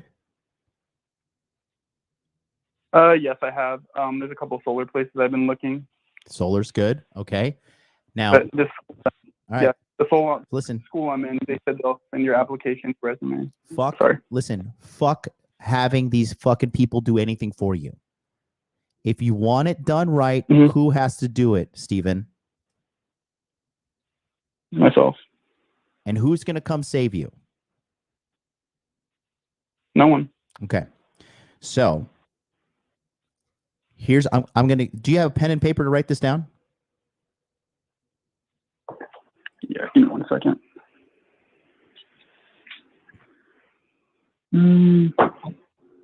Got it. Okay. So here's the thing. Okay. So what I want you to do is write this down. Okay. I want you to start looking for jobs that require the qualifications you will have in December. Does that make sense? Yep. Okay. So you're going to make a list of jobs. Okay. Yes. Then number 2, after you make the list of jobs, you're going to call their HR department. You call their HR department. You got that? Okay. And then you're going to say, hi, I'm Steven. I am a combat vet or military vet. Okay. Because you got to milk them on the pity points, right? Because they're like, oh my God, military. We need people like you. Okay. Tell them I'm a veteran. You said you were Navy, United States Navy? Yes, sir. Okay. You tell them I'm a veteran, United States Navy. What was your rate? I was an operations specialist, like navigator. That's not your rate. E4, E5. Come on. Oh yeah, sorry. I was sorry. Oh, in the Navy, that's our job. I was at E5. E5. So it's a petty officer second class. Yep. Okay. Correct. Right. So that's pretty high too. Congratulations. That's a decent accomplishment. Okay. So you're then going to ask them that you want to know exactly what they need from you to get the job they're advertising for. Does that make sense to you? Yes or no? Yes, it does. Right. Okay. So that's what you want to do. And then you're going to call all these people, and then you're going to get the list of requirements, and you're going to start preparing now in April so you can have a job ready in December or January.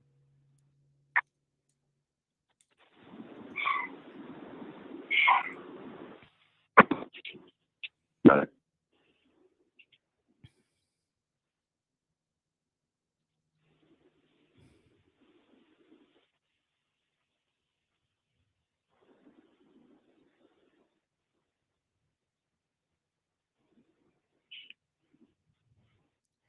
And then from there, after you get the fucking qualifications and the job, from there, okay, you work on getting the next job, the next skill, and then you're going to kind of level up along the way. Yes. Okay. So if you want to talk about optimizing your schedule and using these little side hustle thing, Ubers and whatnot, to make more money in the meantime on the way to December, then you too join the monthly coaching. The link will be put in the chat. Get in there, come to our meeting this Sunday night, and then we can get you on the path to making more money right now with your current schedule, as well as getting you a good savings base and a solid plan to get you rock solid employed by the time you graduate on December 14th.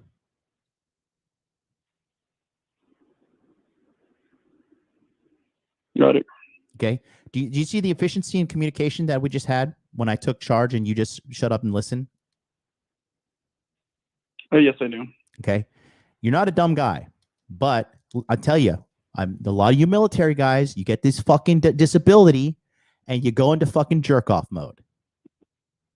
And you just hang out and you fucking think, hey, the bills are paid. Got money for beer. Got a good jerk off. And then your life passes you by. So thank God we caught this at the age of 26. When do you turn 27? In February. So yeah, I'm glad to. Good. Congratulations.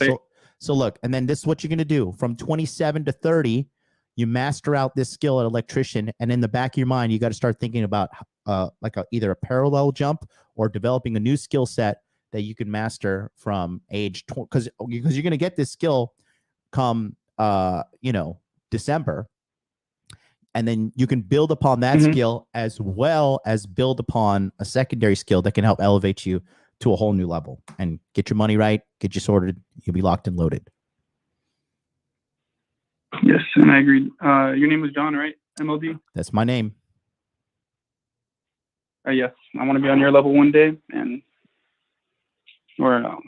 I do. I'm not happy where I'm at. Okay, well, go and sign up for the monthly coaching and talk to me on a daily basis. And just like all the other guys in there who are doing what I say and slowly getting up to my level, you will be no different. Thank you. I appreciate it. Cool, bro. Have a good chat. Thank you for the donation. take that advice and let's rock and roll. And I'll see you in the monthly coaching. Yes, sir. Have a great one. All right. Take care. Peace out. Cool. All right. Let's go to Emilio. He paid for skipping the line. Emilio, you're up next. Jay, what up? Hi, John. Talk to me. Hey, so I'm so glad that you're bringing up telling these guys to go into the IT field, because that's the career I'm in. And 4 or 5 years ago, John, I had no career path, but I had lost my job. And then I went back to school and I got 3 certifications in like 6 months. And I've had 2 promotions in my job, and I recently got another raise. Do you know how much money I'm making now an hour, John? Let's hear it. Just under 36 an hour. Not bad. So that puts me around 76. Yeah, that puts me around 76K for this job, and I have another revenue stream.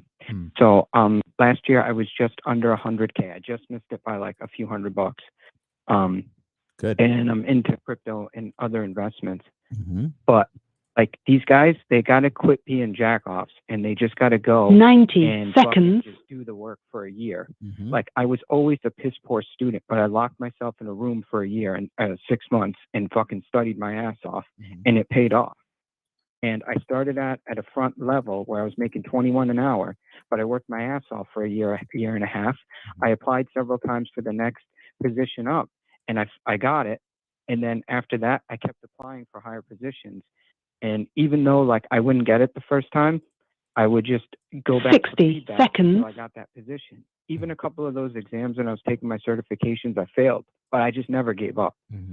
And that's the point. Like, and I made like, what do you call it? I networked in the positions I'm in, because even other jobs that I didn't get that were like high-end engineer jobs, like the tier 4 engineer that interviewed me, he like was mentioning me to other people. They're like, oh, what did Emil end up doing? What did Emilio, where's he at? Like, you know, and like, you got to get your name out there. Like you got to just like, how old are you, if bud? they don't give you the job, you got to go back. I'll be 34 in August. Okay, good. So let's talk about what we're talking about here on the Free Consultation Friday show. How can I help you, bro? Yeah, I'm just like 10 seconds. and like just like let you know, like I love the things that you're doing, and that you're like, and it's good even though like there's not many guys I can hang out with, because they're a bunch of blue pill chumps or black pilled idiots that just are like dead enders. And I realized that I had to distance myself from those people, and it was actually like it was a relief, because when I started watching Fresh and Fit, I started watching you, I started watching Rolo, reading his books and like absorbing the material. I didn't necessarily have to bonk people over the head with it, but I realized like, man, like 95% of the dudes that I know, they just are kind of like, they just can't handle this. And a couple years ago, John, I'll give you into my background, where I was a blue pill chump. I had been engaged at one point, but I was like 50 pounds overweight, and my fiance left me. So I went back to the gym and I dropped over 50 pounds. I'm only about 5'7". So like, it was like one of the best things that could happen to me. So like these guys, you gotta like, every time you have a short, like a dead end or something happens to you, you lose a job, you have the opportunity to pick yourself back up, go back to school, go back to the gym, read, learn some game, you know, go do the things that you need to get done. Because I know Myron Gaines says this, like mediocrity is not tolerated in men whatsoever. And like the thing that I really need to do is just like focus on getting more muscle on me, because I'm only about 5'7". You know, that song, I'm 5'6", but the money make me 6'5". It's funny, but like, those are like some of the things that I have to like work on. And that's like really focusing myself to dedicating it. Cause like a year ago, I was doing a lot of cold approaches. Homie, listen, you're rambling a little bit. And I really like everything that you've accomplished is extremely well, bro. Like, you know, turning your life around, getting this high paying job, being aware, losing all that body weight. That's incredibly hard to do. And I'll just tell you this, if you did all that, then you're capable of doing way more than you're doing now. You could easily 3x your salary with your given mental willpower. So if you could tell me what is the exact question you have, because you kind of ramble and kind of I get eroded away at everything you're saying. So if you could give me a concise question, I can answer for you. Yeah. So like, what would you say for like a guy like me in my position that's done stuff like that? What's the next thing? Like, how do I, like, instead of just resting on my laurels, like, what would you tell me? You know, get around guys that are higher value than you, so you can understand that you're just at the beginning of the high value game. You know, have you ever signed up for the Masculine Empowerment Network? Have you ever been in any of my coaching programs? I haven't. Okay. I honestly I haven't, but it's definitely something that I think I'm going to do. I want to do, because like there's no you can't be average nowadays. Yeah, that's correct. Yeah, that is correct. And so, like in those networks, like the Masculine Empowerment Network, like what's that like kind of about? Like, are you holding guys accountable? Are you teaching them stuff? Like, yes, all of the above. Yeah. And when does that meet? We start on May 8th is when we enroll, and all this information is available on the website at the Masculine Empowerment Network.com. And if you get on the waiting list, I'm sure there's like go to masculineempowermentnetwork.com. Okay, get on the waiting list, read that page thoroughly, watch the interviews as well. Everything on that page is set up for you to look at all the information at your leisure and realize, oh, wait, this is how I can get it done.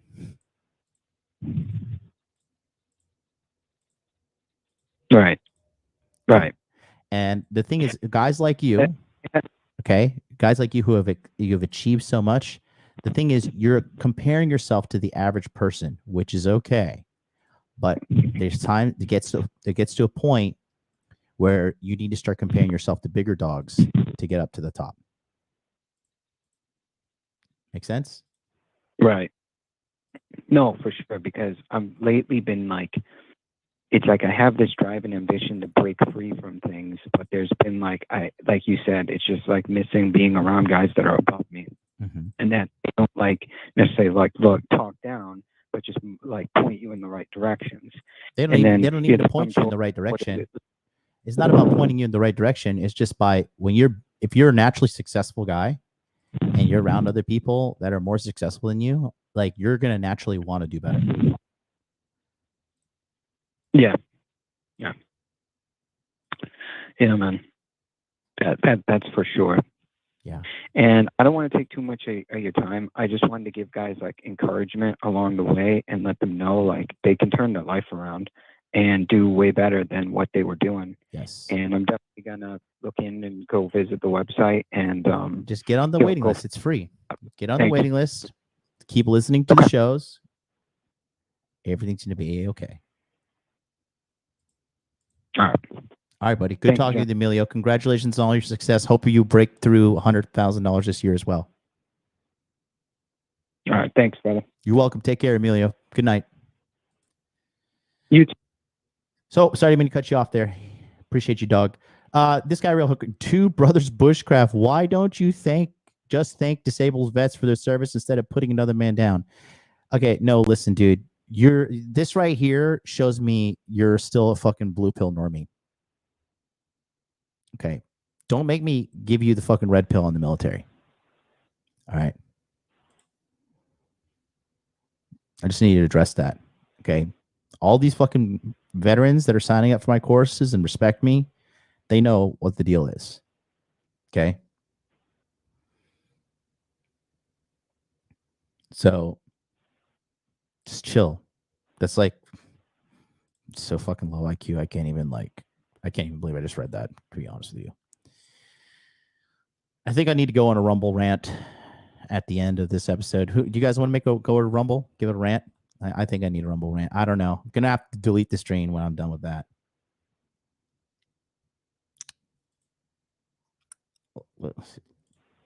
Listen here, man. I'm going to expose your real income on my channel soon. Go ahead. Go ahead. Go ahead.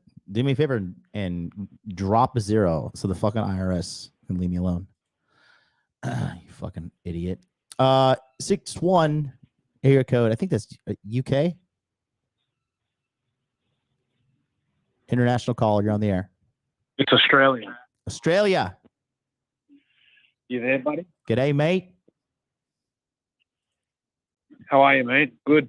Good to be happy to be talking to a man like you. Thanks for your... Oh, thanks, mate. I'm currently in Adelaide. I'm in the crane truck business. Mm-hmm. I earn over 100,000 or 150,000 Australian dollars. And my issue at the moment is, look, I dated a girl, and she came from a broken home, and we finished, and she called me back 2 weeks later and told me she was pregnant, and I didn't want to be with her, but I wanted the baby to come, and I told her, let's wait till the first trimester before we tell my parents. And she took it upon herself to just show at my parents' house and tell them that she was pregnant and that I was the father. Were you coming inside her? So basically, yeah, I was. And basically, we had a meeting and this and that, and I told her what I wanted to do. Like I'm more than happy to support the baby, but mate, why she are was you a coming foreigner inside from Belgium. girls? Why are you coming inside girls? What are you doing? Yeah, I know. But basically, after this meeting at the park, I told her that I didn't want to give her a visa and this and that. Is she Chinese? Oh, I know you're laughing. No, she was Belgium, but she's quite beautiful. She was quite beautiful, like a fitness instructor or personal trainer. And how does she meet a Probably degenerate like you? 9 out of Fucking 10. coming in random girls. How did she meet you, big guy? You're wild, bro. Look, well, we kind of met through the internet, and she was my girlfriend for a while, but we split up and whatnot. How'd you meet her on the internet? But basically, I think I met her through like a roommate kind of service. So I just kind of like Airbnb'd like a study room of my apartment, and we ended up hooking up and going from there. You're a dog, bro. Are you successful? Are you financially successful guy? Yeah, I guess I'm the highest earner of all my friends. Well, that don't mean nothing. What are you doing? Give me a ballpark figure annually. Well, Australian dollars, it's about 150 to 200,000. Okay, and then how old are you, sir? I'm 41. And how old is this hot little piece of asset you're coming inside of? She was like 7 years younger. So I'm sorry, and we said 44? 41. 41. Okay, so she's 34. Yeah, she's 34 now. Okay. But basically, you out there just dropping loads in these hot Belgian models. Okay, go ahead, big guy. But basically, we had a meeting at the park, and I told her what I didn't want to give her a visa. She was trying to finesse me, but basically, she after that meeting, she found my train truck and vandalized them. Oh no. She's got to go. And that's it. She's out. Yeah. She's out. Yeah, I know. Yeah, I know, man. I know. So it hurt me. Then I called her like maybe a month or two, maybe 2 months later to ask her about the baby. Mm-hmm. And she told me there was no baby anymore. And this is what's kind of gutted me and made me bitter towards women. And it's very hard for me to move on from this, even though it's been a couple of years since this happened. Yeah. It just kills me, not having the reproduction rights. Are you sure the baby's So- yours? Yeah, I'm pretty sure. I mean, she was like a serial. She's had many, how could you? She's deleted offspring many times before. She's like a habitual deleter. But this time, she was kind of getting old, so I wanted to have the baby, but she wanted the visa and whatnot. She deleted the baby, and that's hard for me to kind of move on, move forward on my life, because I have that resentment towards her and towards women and how they are, and I just wanted to put it out there that it's, you know, don't stick your dick in crazy. Yeah. Because you know, the pushback you get from it. Like for me, I've got like a Latin family, and there's like family shame. Like my mother knows that she deleted it, and it's fucked up, you know. So I'm just trying to work on a strategy to keep it pushing, but it's very hard, you know, to kind of forge your way out of this. You're on the next girl. Well, listen, man, you can't let one bad experience ruin your perspective on life. You need to pick yourself up. It is what it is. And I'll tell you this too, man. I dated some crazy dude. This one bitch that I dated lied to me about who she was and her past and everything for one full year. Wow. 1 full year. This treacherous, lying slut lied to me about who she was, her past, and everything for a year. You don't think that shit fucked with my head? That shit fucked me up, bro. But it is what it is, man.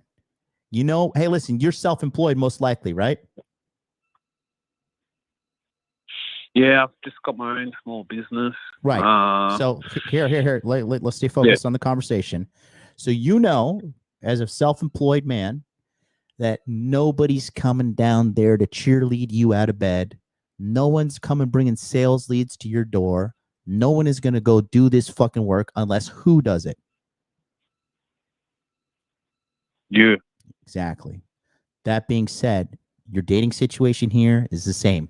But dude, you got too much to lose. Stop coming inside bitches. Okay? And let me just give you guys a general life lesson, everybody listening at home as well. Bro, if she's hot and past the age of 30 and single, something is wrong. The marbles are scrambled. The lights are on, but no one's home. She's a few fries short of a Happy Meal. You feel me? Yeah, I get you, John. I get you. So keep that in mind. What are we going to do now? You going to push her down a flight of stairs? No, I'm just joking.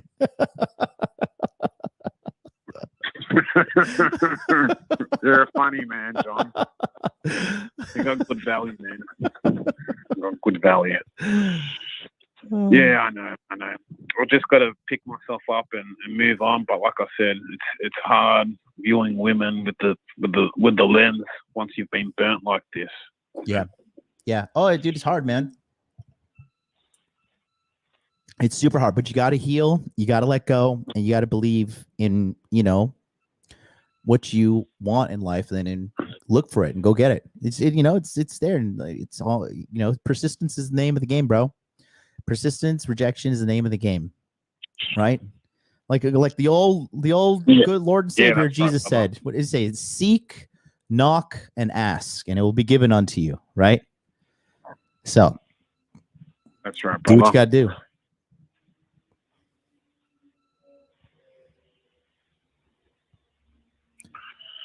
Yeah, I get what you're saying, brother. yeah, it's just hard. That's the biggest struggle that I got right now. Yeah, I'm kind it's of tough. It is tough. successful and have my own place, but just with the ladies, I'm just bitter or jaded towards them. So yeah. I just kind of need to work on that strategy to lift that negative connotation I've got towards them. Yeah. After this bitch like threw me under the bus. Yeah. And move forward. Yeah, man. I mean, it's gonna be okay. You know, don't worry about it too much. You just keep your fucking head up, and then I mean, you know, you just got to really focus on what you want, which is, you know, getting the next girl, and then, you know, just got to pick yourself up and do it again, bro. Just it is what it is, my friend. This is the life you live. Yeah, And thanks, brother. yeah, you're welcome. Extremely welcome, bro. And I appreciate the feedback, and I do want to have kids one day, but I want to limit the liability of getting dragged through divorce court and family court, and yeah. And I've asked women to sign a prenup, and they don't want to sign it. Nice. And what do you think the best strategy is to have offspring? Just figure out a way without getting smashed. You got enough money to go talk to like a lawyer or a fucking, you know, a tax, like a asset protection, something along those lines. There's a way, bro. There's a way to protect your money. Rich people do it all the time. Rich people do it all the time. Yeah, cool. All right. I'll take that in. Yeah, thanks for your feedback. I'm a long time listener, but first time caller. Thank you. So I've seen you grow from 50,000 to where you are now, and I think you do a great job. Thank you. I'm worried about people that are younger, the men that I call in. They've got a lot of rambling issues and professional issues, and I think you're doing the Lord's work to try guide them into better and beyond spaces. Thanks, bro. So, mate, congratulations, and don't stop what you're doing. You've got a winning recipe, and thank you very much from the bottom of my heart, and all the best, John. Thanks, man. Consider popping into the Masculine Empowerment Network. It'll give you just a better frame of reference to deal with all these problems you're dealing with, and have you like a masculine support group as well. Yeah, like I think it's definitely on the cards for me. Like I said before, I'm the highest earner out of all my friends. Yep. They don't understand self-employment, and it's difficult finding a group that kind of earns the money that you earn. Yeah. To have that similar mindset and experience. Everyone's playing it too safe out here, I think. So, you know, you have to, you have one life and you got to make the most out of it. And, yeah, I'll be definitely strapping up next time I meet, the next missus. Yeah. So hopefully, you know, going down that I don't have this problem again where they just delete it. It just sucks not having the reproduction rights. Yeah. You don't have a say in it. It's her body, her choice. So, you know, there's no one worries about the men. It's all good. It's just we've got to deal with it. We're gonna win. I mean, the West is collapsing. It is what it is. You know, just got to do what you got to do. Find it, and there are good women out there too. That's another thing. There are good women out there that are not going to do you dirty. You got to factor that in as well. Protect your assets, though. Be smart about it. Keep the crazy away. Keep the good near you. Eventually, the things will happen to you, man. Yeah, well, the next step for me is going to South America. I'm bilingual. I speak Spanish. Yeah. And if things don't work here in Australia, I'll be going to South America for offspring in the future. Yeah. Yeah. Good shit. All right, I'm gonna take these other callers. Good chatting with you, buddy. What's your name? Yeah, it's my name's Jose. All right, Jose. JOSE. And thanks for your call. Thanks for your time, mate. Cheers. Appreciate you, bro. Take care. Peace out. All right, we got 2 more callers, 639 and 216. I've been on for 2.5 hours. I got to use a quick bathroom break. So do me a favor. Take a look at this modern masterpiece that I have created with my commercial for the Masculine Empowerment Network. If you find this of value and you've been watching me for years and you just haven't signed up, bro, I'm telling you, it will change your life. It will get you the life that you want. Take a look right here.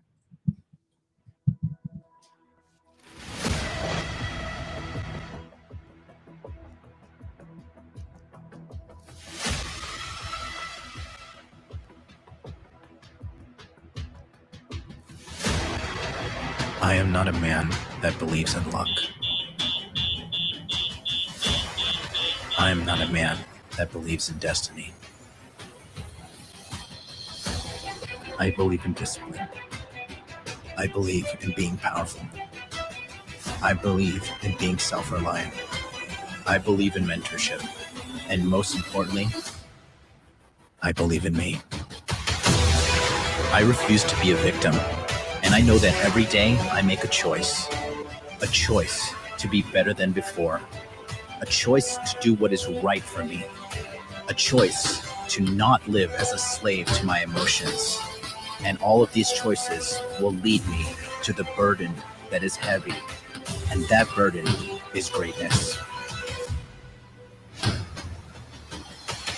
We live in the most prosperous times in human history. There is no excuse that outweighs the greatness that is in you that can get you the life that you want. Every day, we must make a choice to improve our lives or to be victims of inaction. The price of greatness is one we must pay every day, and it is a choice that I always make. Although the path we walk can be lonely, it is the most important thing we must do.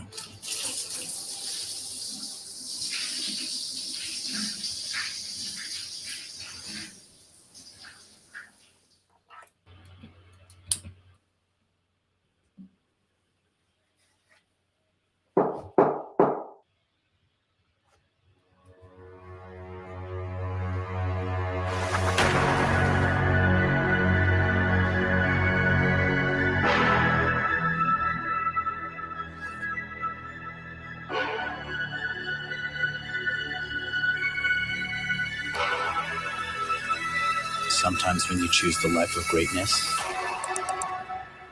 you need a little help.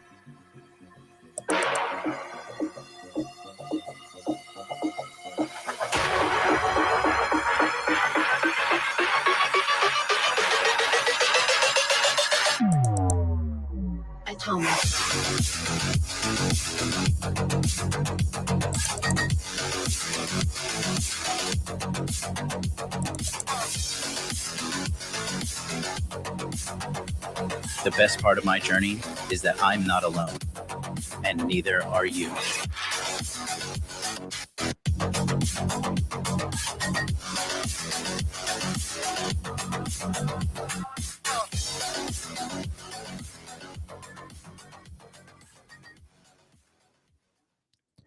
May 8th, mark your calendars. Go to masculineempowermentnetwork.com. Get on the waiting list right now, and the schedule is being debuted next week. Let's go to the next caller. 639. My bladder is empty. It's the end of the call. You got my full attention. What's up? My name's Curtis. I'm on the path of leveling up in accountability. Hey, I can't hear you. Your shit is too muffled and messed up. Your shit is too muffled and messed up. Hello, John. Is that any better? Clear. Go ahead, Curtis. Okay, I'm sorry for that. So I'm on the path of leveling up, and thanks for teaching me accountability. I'm wondering if there's any validity to Maslow's hierarchy of needs. Yes, there is validity. Like Swiss cheese. There is validity to it. Can you do a rundown for me, because I'm getting I'm getting weird biases on the internet, especially when it comes to like on the physiological, on the very bottom, they're talking about sex, how it's a need that is at the base. Yeah. If that need is not met, yeah, then because I'm seeing the red pill and everybody's talking sex, sex, sex. It's not at the top, and my Swiss cheese starts at the bottom, and I'm getting influence from many people like Andrew Tate and so on and so on. And I'm seeing I want to be self-actualizing, but I have to be at the bottom. So I realize that there's Swiss cheese there. You're saying there's truth to it. I'm going to keep pursuing this. How old are you? 37. And what do you do for a living? Currently unemployed, but I'm a carpenter and I side hustle as a handyman. And what do you do to make money? Currently, at the moment, I'm doing side jobs. As it's the spring, I'm waiting for a proper job in my industry. Okay. And how much money are you usually making per year? 60 to 80 Canadian. Okay. And when was the last time you had sex with a girl? Less than 2 months ago. Who is she? Not to interrupt you, the true underlining here is that I'm a self-diagnosed hoarder about 14 months ago. Mm-hmm. So I have a lot of plate. Okay, that's an inner game issue. So yep. you're trying to self-actualize. Listen, dude, at 37, you need to be working. Like, you can't be going through seasons of being unemployed. I understand that.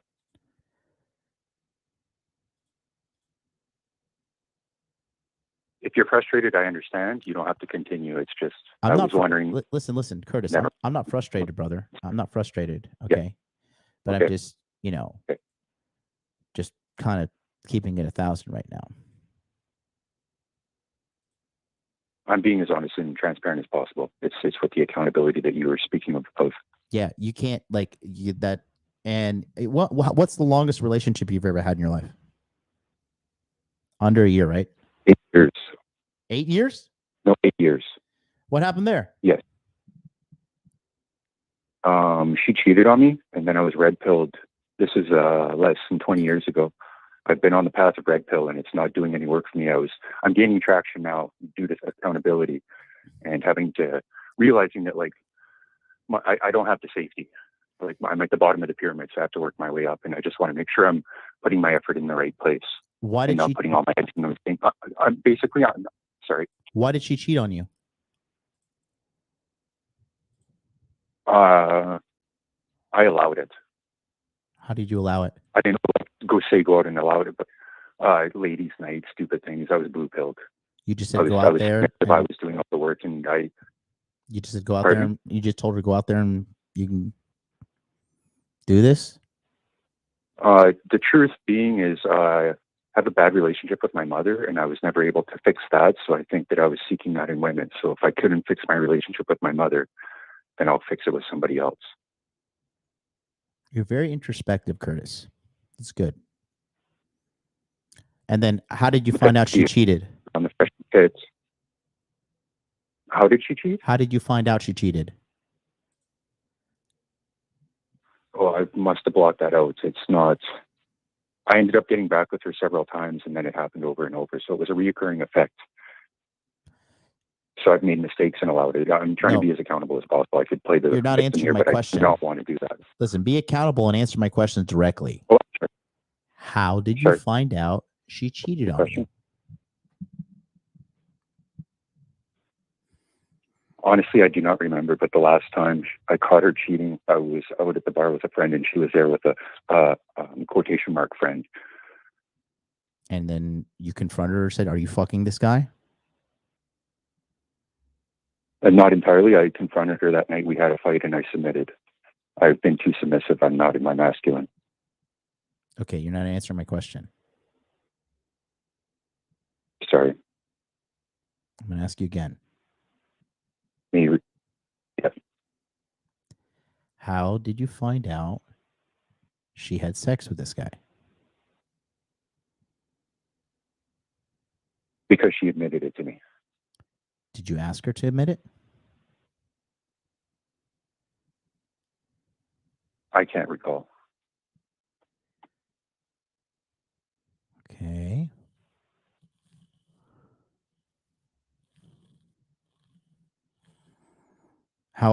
How much into the relationship she cheated? A year, 2 year, 3 year, 4 years? 4 years in. Is this because you didn't marry her or what?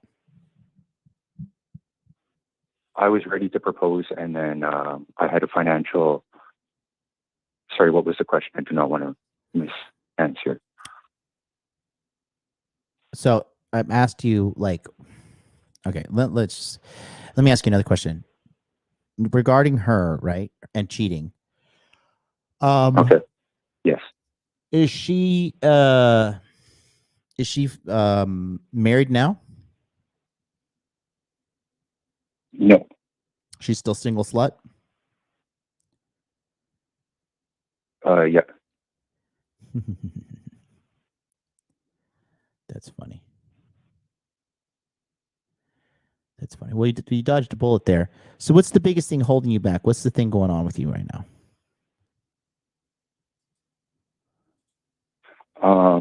Instant gratification. No, what's making you unhappy, and what are you trying to fix? Is what I'm saying. Everything.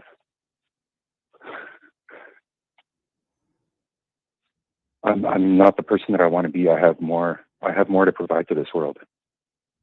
You got to provide for yourself before you provide for the world.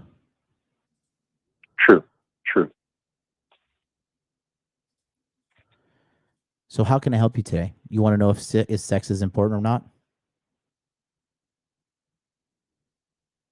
No, that was one example, but you broke it down for me. Thank you. Maslow's hierarchy of needs is something that I'm going to pursue. I'm sorry. Mm-hmm. I'm not sorry. What? I'm sorry.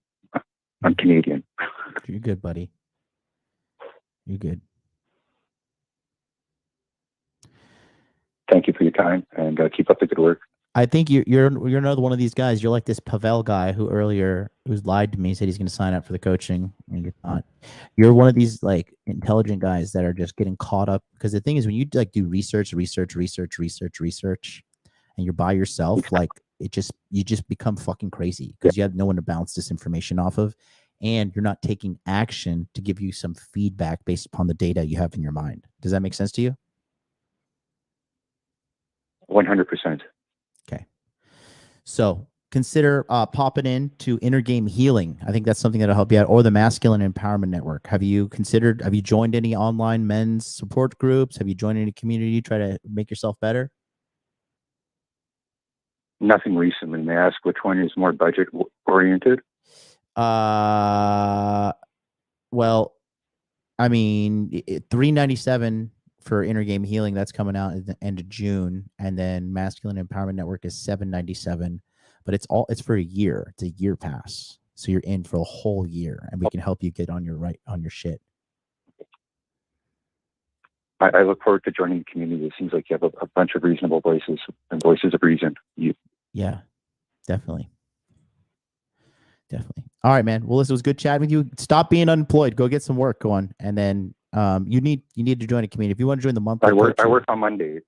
Good, but again, just the whole being unemployed and stuff like that, that's a major red flag. You need to be on your grind, bro. Getting a job is a full-time job. I got it. Thank you, John. All right, buddy. Take care. Bye-bye. Guys, let me tell you something. You see this guy? With all the respect to this guy just called in. You guys in your 20s, your early 30s, sitting around dilly-dallying. I don't know what I'm going to do, but I'll just jerk off, watch some porn here. I'll play some video games there, smoke some weed here. I'm on fucking government welfare, but it's called disability. Oh my God, I'm 40 and crazy and alone and miserable. What happened to my life?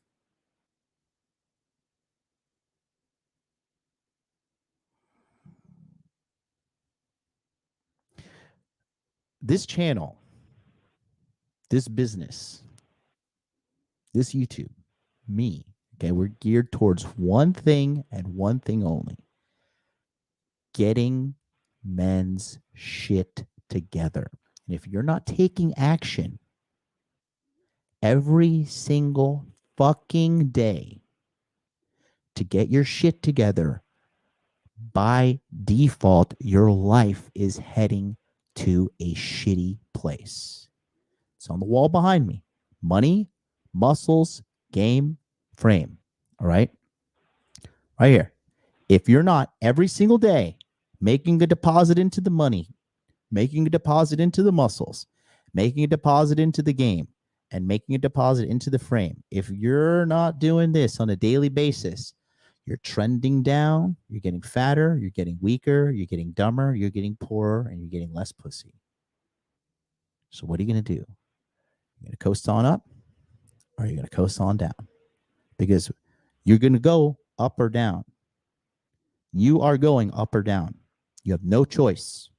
Welcome to the reality of life. I know the choice I've made. And I make that choice every day. Money, muscles, game, frame. If not, hey, you be shining my fucking shoes. Let's go to 216, last caller of today's show. 216, you're on the air. What's up?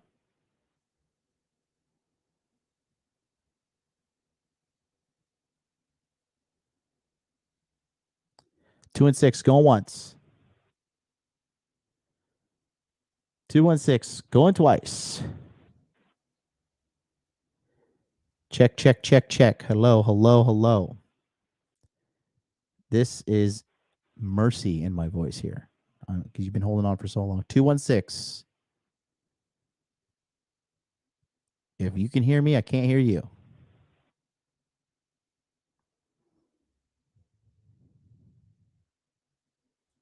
All right. Thank you for using Blog Talk Radio. Goodbye. Well, there we go. There's another fantastic episode of Interview with Man. Should we go to Rumble? Do you guys want a Rumble rant? I feel like I need to do one. All right, here we go. There's the link.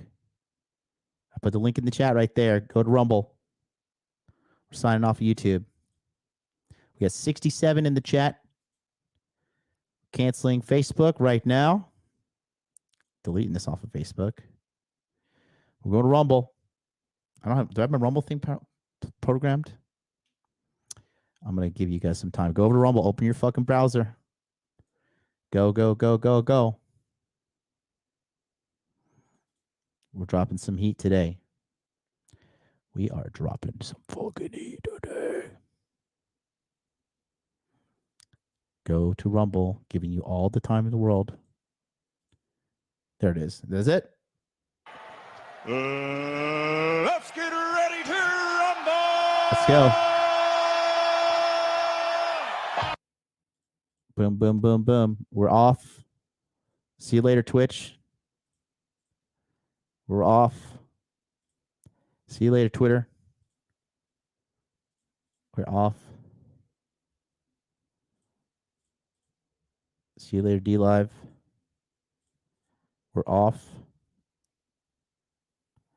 And bye-bye, YouTube.